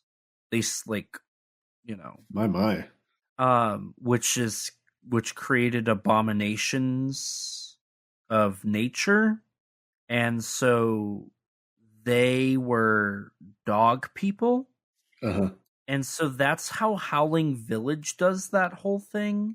Now, I don't, like, when I went to look for that, I couldn't find anything on, like, specifically Inugami Village to have that tied to it.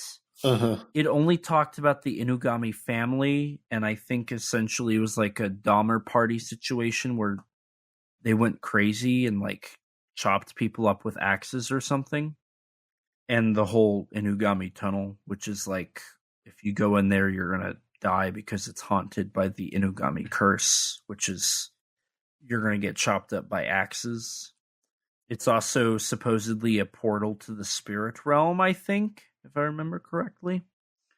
And so they're kind of combining the Inugami dog god with Inugami Village and the Inugami folklore, which was really popular in the 90s to 2000s, so that's probably why it was included. I don't know. I like that. It's just a little thing. They don't even explore it, really, but I thought it was neat. Speaking of the Inugami and yokai, though, after a little scene of one of the humans getting Eye patch dude. Yeah, eye patch dude getting killed. In a very beautiful sequence, by the way. Yeah, and in a very, very nice looking and very, very nicely lit set. I think the only thing about it that kind of, I don't know, detracts from it is it's like a random room. Yeah. I don't know. There's just something I'd like if it was like a portal to Jigoku or somewhere. That would be kind of cool. Mm. But we also never see this room again. Right. Does Kibakichi finds his body, though, doesn't he? Does he? Yeah, I'm pretty sure he does. Yeah, like near the middle. Oh, yeah, because it cuts back and we also see them eating. Yeah. But we never get another action sequence in here. Sure. Also, the puppets that they use for, like, the spirits, I don't really know. Like, I guess they're Yurei? I don't know. Those were reused from Sakura. Makes sense. Sakura. Makes sense. Meanwhile, Kibakichi is having a little bit of PTSD, where we get some little bit of flashback glimpses to his backstory, though it's not elaborated on too much here. Right. I always just kind of, I kind of assumed the whole Inugami thing based off of my knowledge from like Howling Village and whatnot. But that also, and I don't, maybe it's a thing where this film has a lot of cultural, like, obviously, like, you have to understand Zatoichi to understand why they're doing the film the way they're doing, right? And then, like, Inugami, like, I know enough about Inugami to understand that flashback. Perhaps there's some other, like, level of culture that I'm missing. I don't know. But it definitely feels like there's just something missing in this film to make it make sense. See, I think that might honestly be more of a script issue. It very well might be. But, like, to say that this film doesn't have a lot of culturally, like, if you don't know this, you're not going to get it, I think is, like, this film is riddled with that. Oh, yeah, definitely.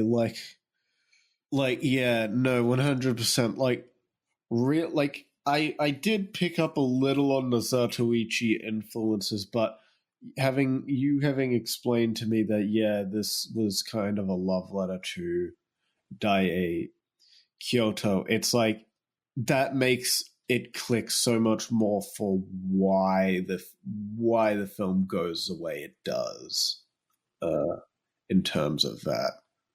Like, it just makes more sense to me now. Right, yeah, because, I mean, and, like, I didn't even connect the title until you and I, we're literally here talking, and I say, Kibakichi, oh, I almost said Zatoichi, wait a minute, Yeah, right. There is those little subtle things, too, that are just riddled to help add to that. As an example, later on, they do establish that the dice that they use at the casino are yokai, which is not a real yokai, that's an original thing. But Zatoichi, whenever he was the dealer or the roller, he had special dice that would land on specific things. So he cheated whenever he was the dealer. And so that's something that, like, okay, again, they're cheating dice. They're not, like, it's a rigged game. That's a Zatoichi trope. Yeah, but going on in the film, we transition into the second act with a montage of the villagers' daily lives as Kibakichi gets accustomed to the area. Right, and to be honest, this is the segment of the film where it really lost me. Yeah, it just drags on from here till you get to the ending, pretty much. Yeah, because then they start the whole subplot of the villains, which is really irrelevant until, like, the last 30 minutes of the film. Right, and you've got the reveal, like, the discovery of that, yes, this village, this town is run by yokai that are feeding on civilians. But it's kind of like, that's something like, I don't know, for spending so much time on it, it's like I kind of gathered that from earlier on, Right. I think part of the issue too, because we get a nice sequence that introduces us to another yokai with the gambling sequences. We get another boss comes to the casino, and we get introduced to the Joro Gumo, which is the Lady Spider, which also the suit for Lady Spider was reused from Sakuya. But my whole thing is this film, especially in the ending, really tries to enunciate that it's a ensemble. Like, it tries to make every death of the yokai memorable, and it's like, I don't know who I'm looking at. I don't know what I'm watching. Like, who died? Why should I care? Like, at some points, they're literally hand-feeding you, oh, she was my daughter. It's like, okay, she's dead now. Like, why do I care now? Like, there's nothing here to, like, have me latch on to. Also, can I point out that the spider women are Kumonga colored? Are they? Yes, they're like yellow and black, like it with the not quite stripes, but like it goes from yellow to black. They're literally Kumonga colored, and they make Kumongas raw. That's hilarious. Like it's kind of hard to tell because of just how dark the scenes of them are, but it literally is Kumonga colored. That's really funny. Now, I will say this. So we have two sequences where Yakuza bosses get killed by yokai, right? Mm-hmm. The first one is cool in terms of like the set design, but I very much prefer this spider lady or this lady spider sequence. I think it just looks way better. I think that also the gambling bit with it is more fun in how just overall that is executed. Right, but oddly enough, this whole sequence takes like almost like 9 minutes or something. Yeah. It takes up a good chunk of the rest of this runtime for some reason. And it's weird because at this point, we have seen Kibakichi fight a bunch of people. We've seen him travel the land. We've seen him fight some Kappa. And then we've seen him gamble. And then him agree to stay in this town and then to talk with people. And that's all he's done. Like, he does a lot of nothing in this movie. The film focuses on a ton of other people for a good portion of the middle part of this movie. That being said, I do love the lady spider design. I think it's a really cool sequence. Oh, and another Kumonga thing they do. They spit silk from their mouths.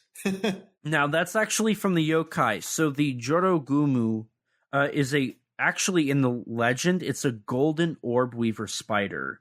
When the spider hits the age of 400, it develops powers and eats people. And it can also shapeshift into a woman. And then what it would do is it would lure men into its trap and then spit its web at it to get them captured, and then they would eat them. Okay, so I guess maybe it's not specifically a Kumonga tribute. That's sad. It's not specifically, but it... Now, that being said, I think, honestly, the lady spider is the coolest yokai they include. Yeah, I think it's the coolest suit, honestly. I mean, the cap is cool too, but I don't know, this kind of reminds me of something you'd see from, like, Kamen Rider Black, the spiders. Yeah, and then Kibakichi almost kills the lady spider, but then they do this whole thing where they try to, like, explain to Kibakichi that, like, humans are the villains, and he just kind of stands there and stares and does nothing. Right, and it was at this point I'm also, like, I was kind of confused, like, oh, isn't Kibakichi a yokai? Why exactly is he, like, what exactly is his goal here? Right, because the idea that I got was, oh, is he half yokai, half human? Like, are they doing that Devilman thing? No, he's a yokai. Okay, but he likes humanity, but, like, he literally has no reason to like humanity, really? Like, he doesn't go through an arc, he doesn't go through any turmoil. Right. He's just kind of there. Right. And it's not like we're introduced to him prior to this to, like, know that, oh, he's interacted with humans before and he's fine, We don't get anything. No. We don't know why he is the way he is. Yeah. It feels like even though this film's title card has an episode 1 in it, it feels like you're just, like, several movies in, like, this is a sequel more than it is an original film. Now, Zatoichi also kind of does that, but to be fair, it left Zatoichi as a mystery and just kind of explored the narrative that it was doing. And then it explained more of Zatoichi as time went on, as the movies kept coming. Well, I feel like Zatoichi... okay, I'm speaking a little bit my ass with this because I haven't seen the original Zatoichi, but I feel like it'd be a little easier because Zatoichi is a human and you're working on these human concepts rather than these yokai that are being hunted by humans. That I feel like that kind of demands more explanation for the audience to really be on the same page. Right. There is just less to explore there. There's less to explain. It's just way quicker. Yeah. To like accept that, okay, yes, so Zatoichi's a swordsman, he's a masseur, he's blind, okay, he knows how to fight. And I'm not going to spoil the tale of Zatoichi, but they do give him a reason to be there. Mm. Now, I don't believe they reveal it until like the very, very end, but it's like alluded throughout the film, so it makes sense. Unlike this film, where like as soon as this whole talking sequence ends, we get introduced to that woman that appeared in the montage earlier, and then like they talk a little bit, and then we get a flashback to when they were kids, and then like they move on. I think there's a little bit of a scuffle between the two. Yeah. But they don't do anything. Like it's just reestablishing. And then she never comes back. Right. It's so bizarre. It's like they're setting up a sequel. Yeah. Which I mean doesn't work. I guess they were, given episode 1 and 3 months later Kibakichi 2 comes out, but it's in the context of just this film, it feels so bizarre.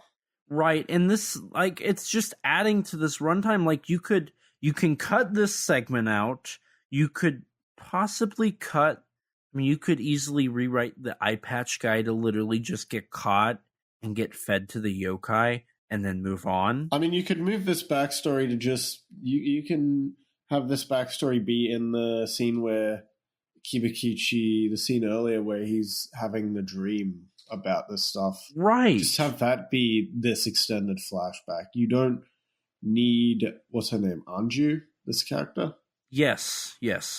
You don't need her in this. Why bother wasting about like 5 minutes on this if she's not ever going to be relevant again in the film? Right. Yeah, no, you're absolutely right there. Like it's so pointless. And speaking of pointless, another pointless character, they add like a bailiff, a magistrate. I don't know. There's suddenly a new fourth villain. Well, he doesn't really do anything. I mean, but he's there for the final fight. Was he? Yes. Am I crazy? Yes. Damn. I don't know. This film was losing me the longer and longer it went on. It was genuinely a struggle by the end. It was a struggle for me. See, I will say this. I did not struggle. Like, to be honest, I lost my interest absolutely. But I also... I was able to, like... It felt like a breeze to sit through for the most part until the very end. I don't disagree. I felt it was a slog. Like I didn't even think the film itself was actually like awful. It was just dull and boring for like 80% of the runtime. Yeah, and I'm not gonna disagree with you here. Like this whole segment is boring. Like my notes literally say there's a lot of nothing here. Yeah. Because you're absolutely right. And then I think the climax is literally just a bunch of nothing. Right, because I don't care about what's happening. Exactly. Because I don't care about Kibakichi because he's a boring character. Right. I don't know. Maybe it's just maybe I just wasn't focused in enough. I don't know. I mean, does the film really give you a good enough reason to doesn't. be? Exactly. So it's like, honestly, fair enough. if the movie's not going to give me enough of a reason, why should you? Like, I'm willing to try. I want to engage with this film more. I genuinely wish I could have, but it gives me nothing to work with Kibakichi as a character. So I don't care about anything that happens. So even by the end, when it tries to become this fun, like, has this fun climax that's over the top with the sort of Hong Kong style action scene. No, it's not fun, but it's meant to be. It wasn't fun. That's what I'm saying here, is that when it tries to do that, I just don't care about anything. Now, another thing that this film introduces is the idea of the machine gun, right? And they're like, it was purchased from England, and then they also have actual guns. So, knowing that it's supposed to be like a Spook Warfare 100 Monsters Zatoichi like homage, I felt like that was them trying to establish this like West versus East, like, oh, the Western technology will wipe out the Eastern faith. Maybe I don't know. I mean, the thing is, this is it's also like you've got it goes nowhere. That goes. It goes nowhere. But also Kibakichi himself, even though he's inspired by the Inugami, he is also like very much inspired by sort of Western like werewolves. Right. I actually didn't think about that. He's not quite a Western werewolf, as Haraguchi says in an interview. He doesn't transform by a full moon and doesn't have any religious connections, but still, he is a werewolf. You do have a point there. I'll give you that one. Again, I think it more comes down to the film.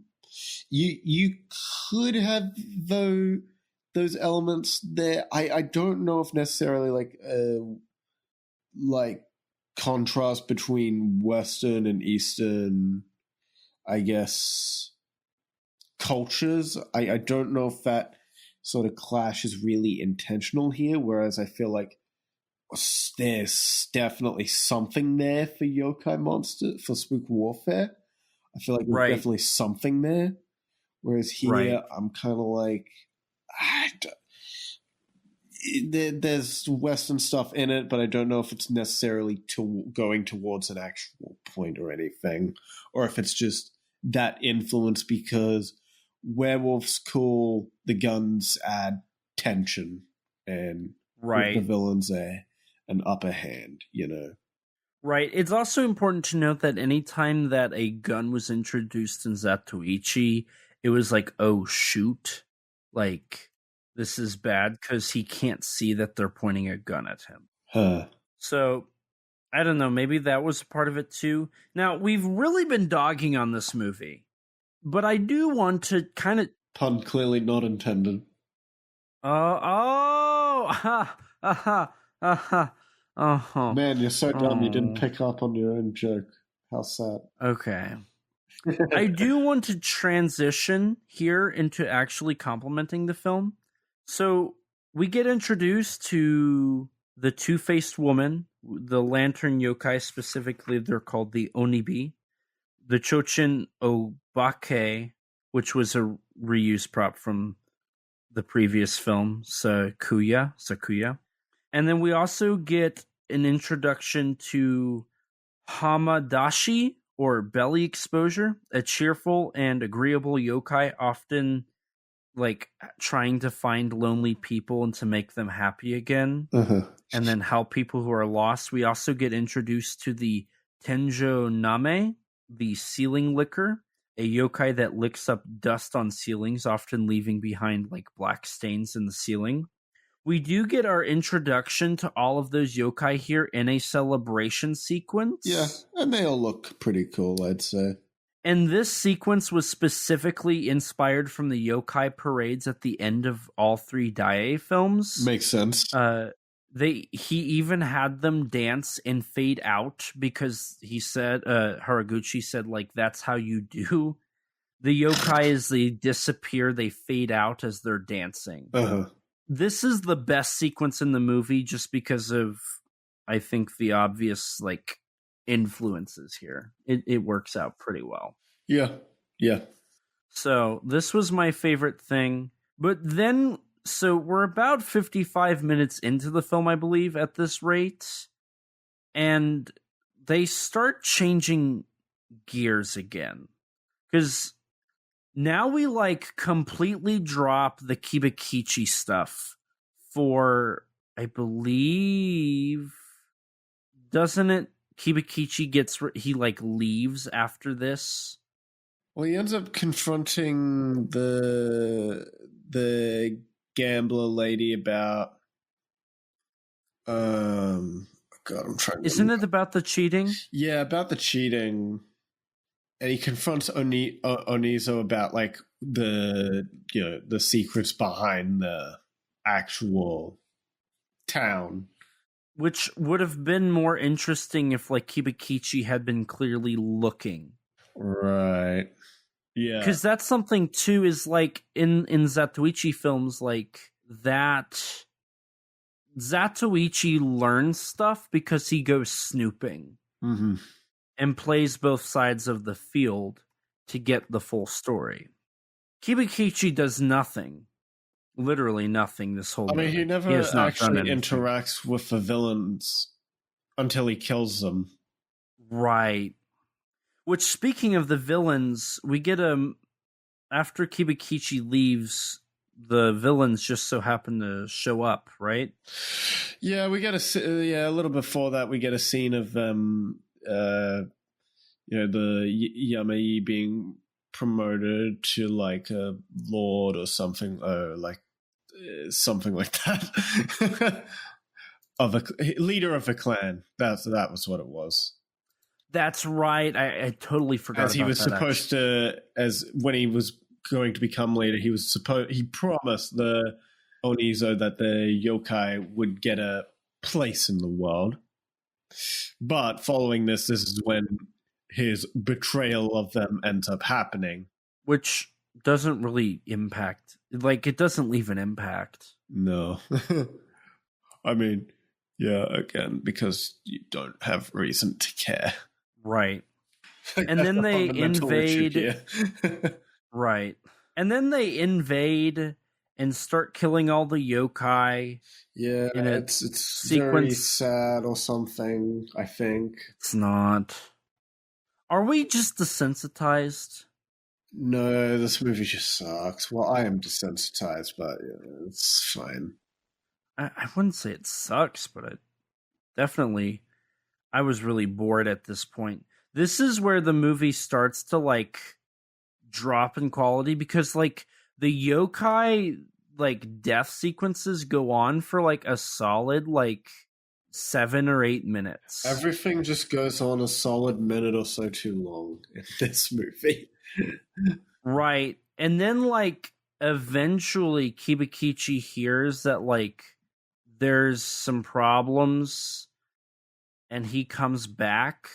But by the time he's, like, back, there's most only, of the like, village 4. is dead. Yeah, there's, like, 4 people left. He goes into Zatoichi mode and starts killing people with his sword. Right. He ends up killing the villain and, like, a random yokai that betrays the people. Hold on. Well, there's the whole death sequence of the village leader because Onizora's, like, left with that decision of, like, you can kill the human or we're gonna kill both of you. And he, like, gets ready to kill her and then he just dies because he tries to backstab them. Yeah.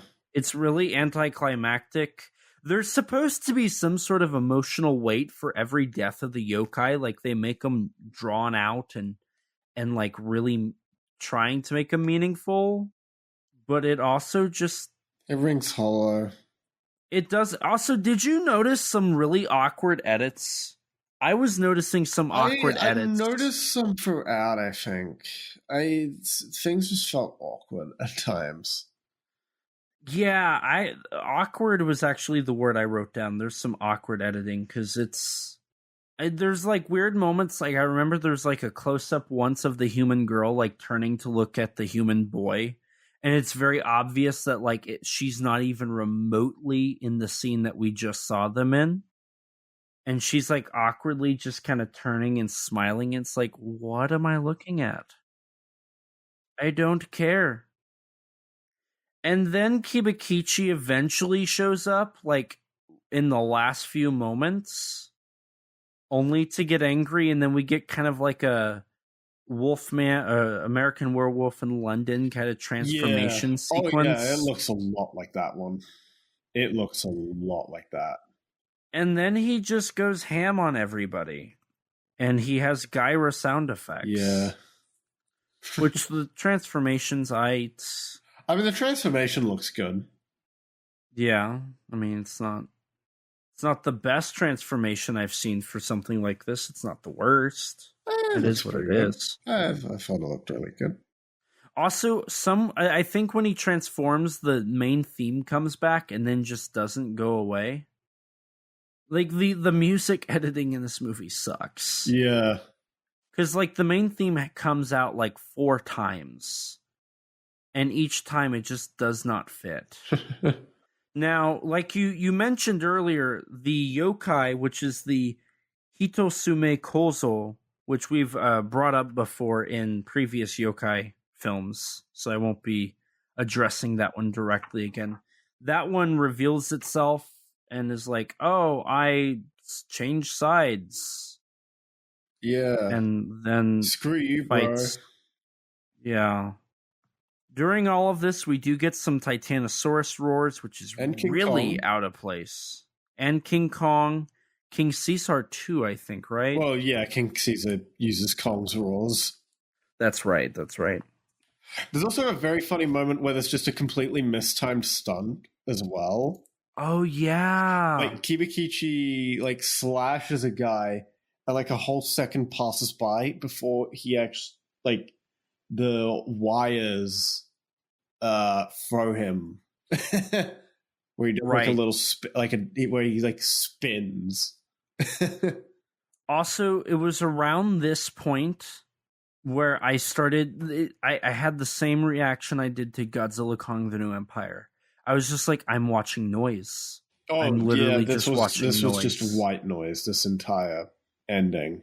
Because even after they kill the yokai and he goes after the humans, I was just like, I don't care. I'm like, the gore is cool. I just have no. This is meant to be emotion. Like this is an emotional response from a character that I have absolutely no reason to be emotionally invested in. Right. Yeah. It's just, and it's like a solid, like almost 10 minutes of just action. Yeah. Yeah. And it's so boring. It's like that can work if you care. I feel like a broken record here, but I don't care. So 10 minutes of uninterrupted action is just boring. It's very boring. This film's very boring. Kibakichi ends up beheading the dude and then he explodes. Is that cool? It was okay. I guess they used so much powder that like they accidentally like dusted the stage next to them. That's kind of funny. During this final sequence. That's kind of funny. But after the whole death, like the movie's over. Yeah. They establish I guess. Yeah, they established that Kibakichi's going to go his own way. And Kikyo's going to raise some random boy. It's kind of like the devil. I kind of like the Devilman ending, I suppose, and for the movie in a weird way. Now, the fact that Zatoichi leaves them and walks on his own, and then she's left alone, is also like taken straight out of Zatoichi. They also give the Kappa like some sort of like metaphorical, like, oh, you think about life statement, and it's just kind of like, okay, cool. I don't care. And then he walks off, and is that it? Like, he just kind of pretty much. There's some shots of him walking, more credits, more main theme music playing, and that's the film, pretty much. I feel like we kind of got through that pretty quick. Are you sure we're getting through it quick, or is it just there's nothing here? Honestly, it's probably the nothing here. Yeah, and even then I wouldn't say we've gone through it that quickly. Yeah, we've been here long enough. Arguably too long for a film this paper thin. Now, I got like one other note. Do you have any other? I've got a note that Kibakichi was partially inspired by Native Americans, like his design and look and all that. It took them about 2 hours to put all the makeup on. So that's kind of cool. Yeah. I mean, it's neat that I'm not surprised by this, but it's neat that Haraguchi himself was the designer of the look of the character, even though he didn't build the suit. That was a man by the name of Mako Morita. Right. Yeah, I mean, here's the thing. I think this film does have a nice look to it in terms of the set design, the costume design, the character design. It looks good. It definitely hits the marks it needs to be a love letter to Dai Kyoto.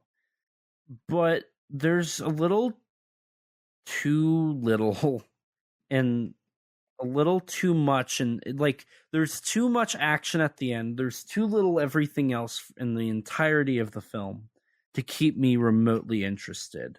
I think the film suffers from being a very repetitive first 10 minutes, and then after like 20 minutes, you basically stop again for 40 minutes. Well, perhaps that's kind of the issue, is it's not really striving to do much more than be that tribute to the Dai Kyoto films and to be just visually pleasing.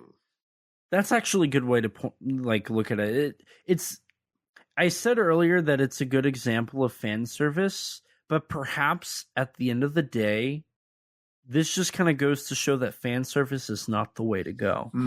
Which, based on a recent piece of movie news, is surprisingly relevant of a point.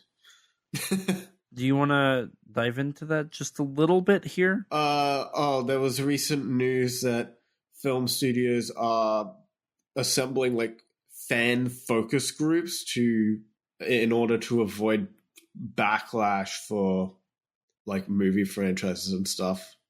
Which in of itself, I think, is the worst news I've ever heard. Yeah. Well, because I'm trying to remember who it was. Was it you who told me that like some people have said like, don't watch movies, don't be a fan of cinema and make movies, because then all you'll ever make is derivative work? Oh, yeah. Was that Hitchcock? No, that's Orson Welles. Okay. It's an Orson Welles quote on TV. It's like, the more virgin our eyes are, the more we have to say. I don't want to see another goddamn homage in anyone else's movie. In anybody's movie. So I guess at the end of the day, perhaps initially what I thought would end up... Because honestly, as we've talked through this movie, I've kind of turned on it even more. I already felt like the movie was empty, but now it's like, oh boy. It's really just trying to be a yokai Zatoichi movie without the charisma of a Zatoichi movie. I'm really happy that I've watched the Zatoichi movies now. I'm really happy I did. I think that helped a lot, kind of see this film for what it's supposed to be. Yeah, I mean, at the end of the day, this movie just kind of lacks in making me interested. You know, as a fan of Zatoichi at this point, I would have preferred a movie that explored that new idea of a Zatoichi yokai character. Right. And actually like utilize both the Zatoichi tropes and yokai isms. I think that would be a really cool idea. Yeah. And I think you could do a lot of cool stuff with that. Yeah. Oh no, like again, I already said this before. The premise is legitimately interesting. The elevator pitch of this movie was perfect. Yeah. Yeah. Imagine a Zatoichi movie, except Zatoichi is a yokai and he has to fight Like that's to perfect. save I'm a sold. village of yokai. Yeah. Shame the movie does a poor job with such a great premise. Yeah. Do you have anything else you really want to add, Rex? Not really. I feel like if I say any more, I'm just going to be even more of a broken record than I already am. Well, do you want me to do cast and crew and then we'll do rankings? Sure, go ahead. Ryuji Harada played Kibakichi. He was in Kakaido Reboot, Izo, Kappa, Ghost Story, Love, and Hate, Yotsuya Kaiden, Kibakichi 2, Katakawa Mystery and Terror, Volume 3. Nozumi Ando, who played Kikyo, was in Gorozuka, Tomie, Forbidden Fruit, Sakuya, Gamera 3, Revenge Virus, B-Robot Kabutak, Junji Ito Horror Collection. Kentaro Shimizu played Onizora. Mubu Nakayama played Yamaji Yonosuke. He was in Ultra Q Dark Fantasy, Rigo King of the Sea Monsters, 20th Century Boys 3, Redemption, and Osama Sentai King Oger. And Miki Tanaka played Anju, was in Kibakichi 2.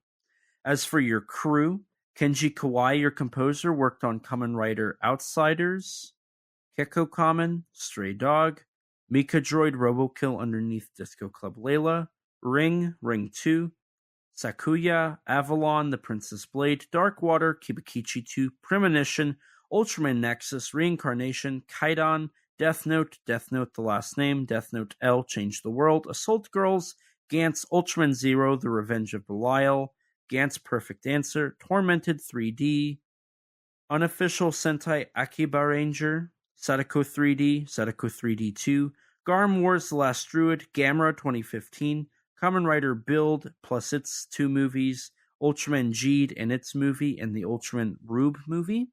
Junichiro Mizuno, a producer, was in Kibakichi 2. Seiichi Uno, another producer, also worked on Kibakichi 2. Mugi Kamiyo, the writer, only did this film in terms of tokusatsu. Tomu Haraguchi worked on Ashura, Ultraman 80, Ultra 7X, Shin Ultraman, Electric Dragon 8000 Volts, on Mayuji 2, Gamera Guardian of the Universe, Gamera 2 Attack of Legion, Gamera 3 Revenge of Iris, Gamera the Brave, Kamen Rider Fies, Paradise Lost, Kamen Rider The Next, Cutie Honey, Kunoichi, Lady Ninja, Japanese Hell, Bullets Ballet, Lion Maru G, Ring Zero Birthday, and then also worked on directing Mika Droid Robokill Underneath Disco Club Layla, Akio Jisoji's Mystery House, Sakuya, Ultraman Mebius, Ultraman Ginga the movie, and Death Kappa. And that's your cast and crew. On to the ranking, I suppose. I think we're gonna be in agreement until the first 2. We've got 4 total. I really want to talk about our bottom 2 because I'm curious on what you think. Well, I feel like the bottom 2, I feel like I don't know. In terms of quality, I don't think one is necessarily all that much better or worse than the other.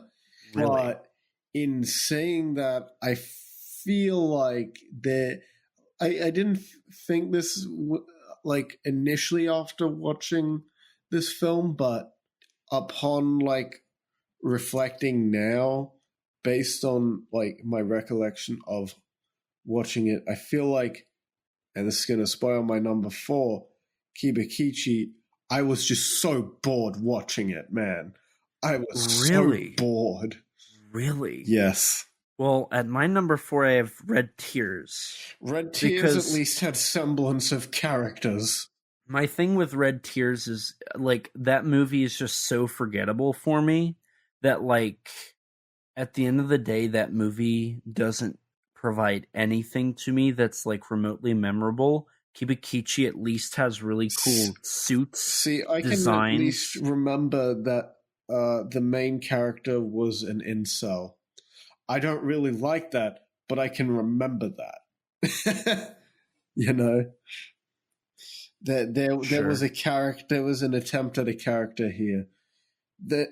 I mean, some of the villagers in Kibakichi are okay, but there's nothing much really to them beyond like the surface level stuff. So, and it's just like none of them really get enough focus for them to be, you know, a particular standout. Right. I don't know. The production design of Kibakichi wins it for me. Sure. The actual production design is pretty solid throughout. I'll give it that. Which is why at my number 3 I have Kibakichi, where I have Red Tears. Man, our entire ranking is not gonna be the same because at my number 2 I have Spook Warfare. Meanwhile, and you 100 don't. Monsters for me. I mean, we're in agreement that the 2 films we've got in the Yokai trilogy so far are good. The other 2 movies we've got here, not good. I don't even think they're awful. I don't think either Kibakichi or Red Tears are awful. I just don't think they're very good. I would say Red Tears might be knocking on the door, but I agree. I don't think either of them are awful. Boring, but not awful. Yeah. Then again, I feel like if you're a movie and you're boring, that's like the cardinal sin. Right. My number 1, I have 100 Monsters. Yeah, I've got Spook Warfare. Yeah. I'd be curious as to what happens next week. I'm curious too, because I haven't seen the film before we're watching next week. Because we have one more week in Yokai Month. What will I'm genuinely... I wonder. I'm curious to see where it'll end up in our rankings. I have a good idea of where it'll end up in mine. I have a rough guess on where it... I definitely know... I have a funny feeling it'll at least be above Red Tears and Kibakichi. I have a funny feeling. Yeah, maybe I'm speaking too soon, but I have a funny feeling I'm going to like it a little more. Oh, one last thing. So remember how in the Meiji period they went to eradicate yokai stories from being told? Yes. Why would you have not just used that as your that's a great point. Because I thought, are they utilizing that real life historical moment for these yokai hunters? No, not even remotely connected. That would have been a perfect way to make it so they did exist. And this is the story of how yokai got eradicated. Yeah, that's a cooler idea. And to make the actual time matter if you can establish it. Exactly. Oh my God. We've got some feedback too. Oh, are you going to elaborate? Perhaps I will. So this feedback comes from a good friend of the podcast, Neil Reeby. He wanted to send in some feedback on our episode Warning from Space. So let me read his message and we'll talk about it. And then once we're done there, we will transition into signing off. So going into his feedback here, quote, I enjoyed your podcast on Warning from Space. The information about color film stock was interesting. Prior to the 80s, I could tell the difference between a color film released before the 1960s to the movies released after the 1960s. Japanese color films also had a palette that was distinctive from Western movies, which was one reason why Japanese monster movies fascinated me. By the late 1980s, I finally noticed that each decade had its own shade of colors, and you can pretty much identify when a movie was released just by its film stock. Noticing these differences in tones hit me like a revelation and have been fascinated with the topic of film stock since. As for the disjointed plot, I originally chalked it up to the Japanese filmmakers being unfamiliar with science fiction. But after listening to your podcast, I'm thinking maybe the filmmakers were too focused on incorporating sci-fi motifs they thought would appeal to foreign markets. As a result, they didn't pay enough attention to whether or not their story made much sense. The cinematography is gorgeous, and I'm glad you and your guest co-host Damn, all right. mentioned that. I fell in love with the movie with its opening shots. Yeah, it's dry, but it's the kind of movie I used to get up in the middle of the night to watch, so I like it. End quote. So thank you, Neil, for that. I'm happy that we were able to inform you, and I'm happy that perhaps we provided a different outlook into what a film might mean or what it was made for. And I also do agree that I find it really interesting that you really can look at a movie and just the colors of it can tell you what decade it's from. I that's something I also find quite interesting. Well, some of that also just comes down to the actual theory of color, color theory. So in color theory, there is actually a theory that if you look at decades and what is commonly the most found colors, your odd numbered decades are going to be more warm, or not warm, more mute colors. Yeah, you've mentioned that before. I know what you're talking about. And then in your even decades, you're going to have more colorful color palettes generally seen. Mm-hmm. So that is something that I've always found interesting. And to a certain extent, like when you think of 80s, you think neon, right? Mm-hmm. City lights lit up, bright lights. Mm-hmm. Whereas 70s, I think a little bit more like, I think like Beatles album cover, like the one where they're looking down and it's like browns and, kind of more mute blues. The 60s, I think psychedelic,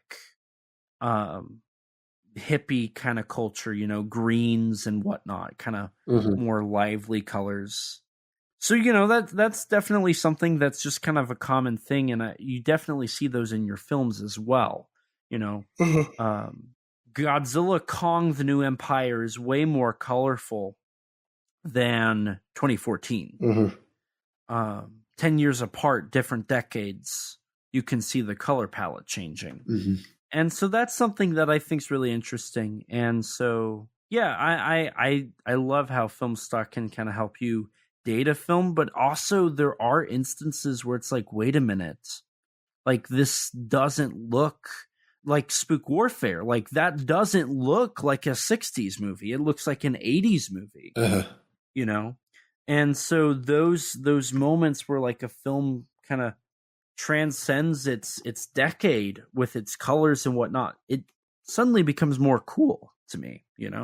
I think stuff like that's a really cool idea and a cool, push for colors and how the cinematographer shot things and how the lighting was set up. And I think that's always like a good thing. I think that's a real compliment to the people behind those films and what they were making. Yeah, it's an interesting topic and one that honestly I'd love to learn more about myself. Absolutely. Now, Rex, I do have one last thing to say myself. And what would that be? Hello, I'm Elijah and I have a Kaiju and Tokusatsu problem. Joking aside, I am Elijah Thomas. I'm a writer. I've written for GodzillaMovies.com, Kaiju Ramen Magazine, and Kaiju United, of which I am the Chief Innovative Officer for. My writing has also been featured in the book Giant Bug Cinema, a Monster Kid's Guide from Bear Manor Media, where I wrote about Ghidorah, the three-headed monster.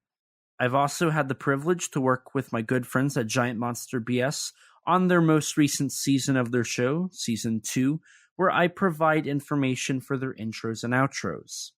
So definitely check them out. Outside of writing and podcasting, I also served as a consultant on the upcoming Titanic Creations officially licensed Yongari articulated figure. Go to titaniccreations.com/Yongari to order yours today. I have also had the privilege to produce bonus features for SRS Cinema. I've worked on Yuzo, The Biggest Battle in Tokyo, Liverleaf, War of the Ninja Monsters, Zeiram vs. Gora, and most recently, the upcoming Sharkdemic. You can order all of these Blu-rays on srscinema.com.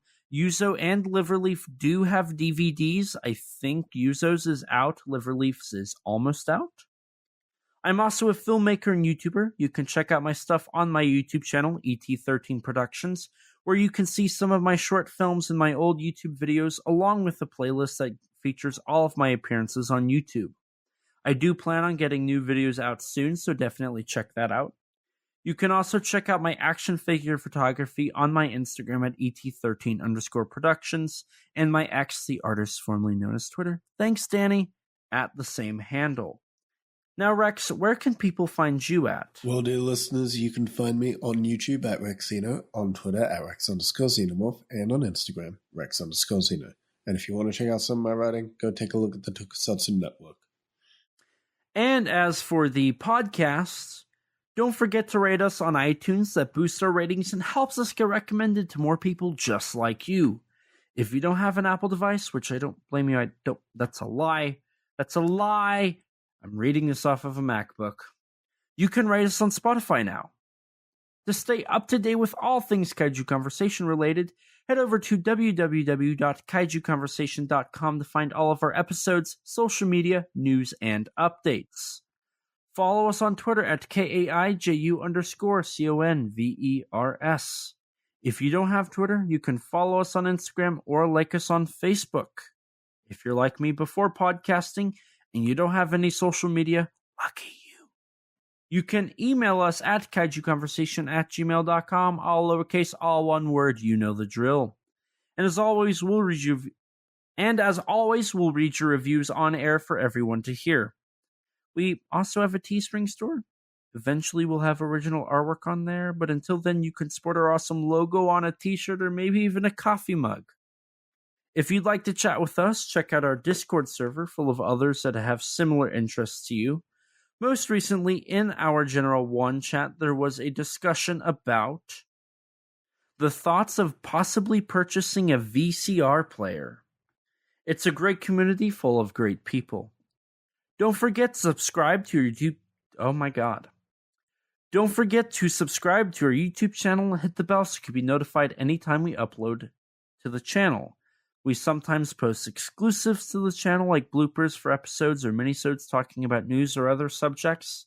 We also have an interview with Mechagodzilla designer Jared Krzyzewski on the channel. Definitely butchered his name, I'm so sorry about that. And a huge thanks to Rex for editing all of these episodes and all the other content we upload. His links can be found below. Along with Rex, we'd like to give a huge thanks and shout out to Danny DiManna of the Godzilla Novelization Project for his amazing vocals on our theme song. You can support him by following him on Twitter at Danzilla93_GNP or visit his website, GodzillaNovelizationProject.com. And a huge thanks to Grattan Conwell from the podcast Giant Monster BS for composing the music for our theme song.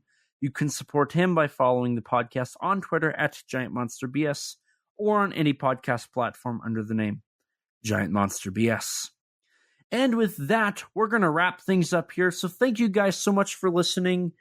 Week number 4 of Yokai Month is out. We have just one more week left, and we're done. Time has flown by. As it always seems to, unfortunately. I know. It's kind of wild. We're next month is November. We're almost to November. That's crazy. I don't like that. I don't either. That's genuinely, like, horrifying.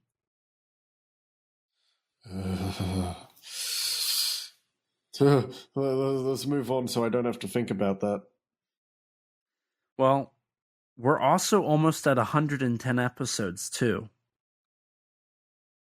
Let's move on before I can think about that. Well, I guess at that rate, all we have left to say is, as always, please remember, life's too short to not talk big. Bye, guys! Bye. We are set, we are in debt, there's nothing to sweat. Life's too short now, baby. Kaiju not too big now, baby. Conversation. His name's Elijah, baby. And also Rex now, baby. We love those kaiju, baby. And you will too now.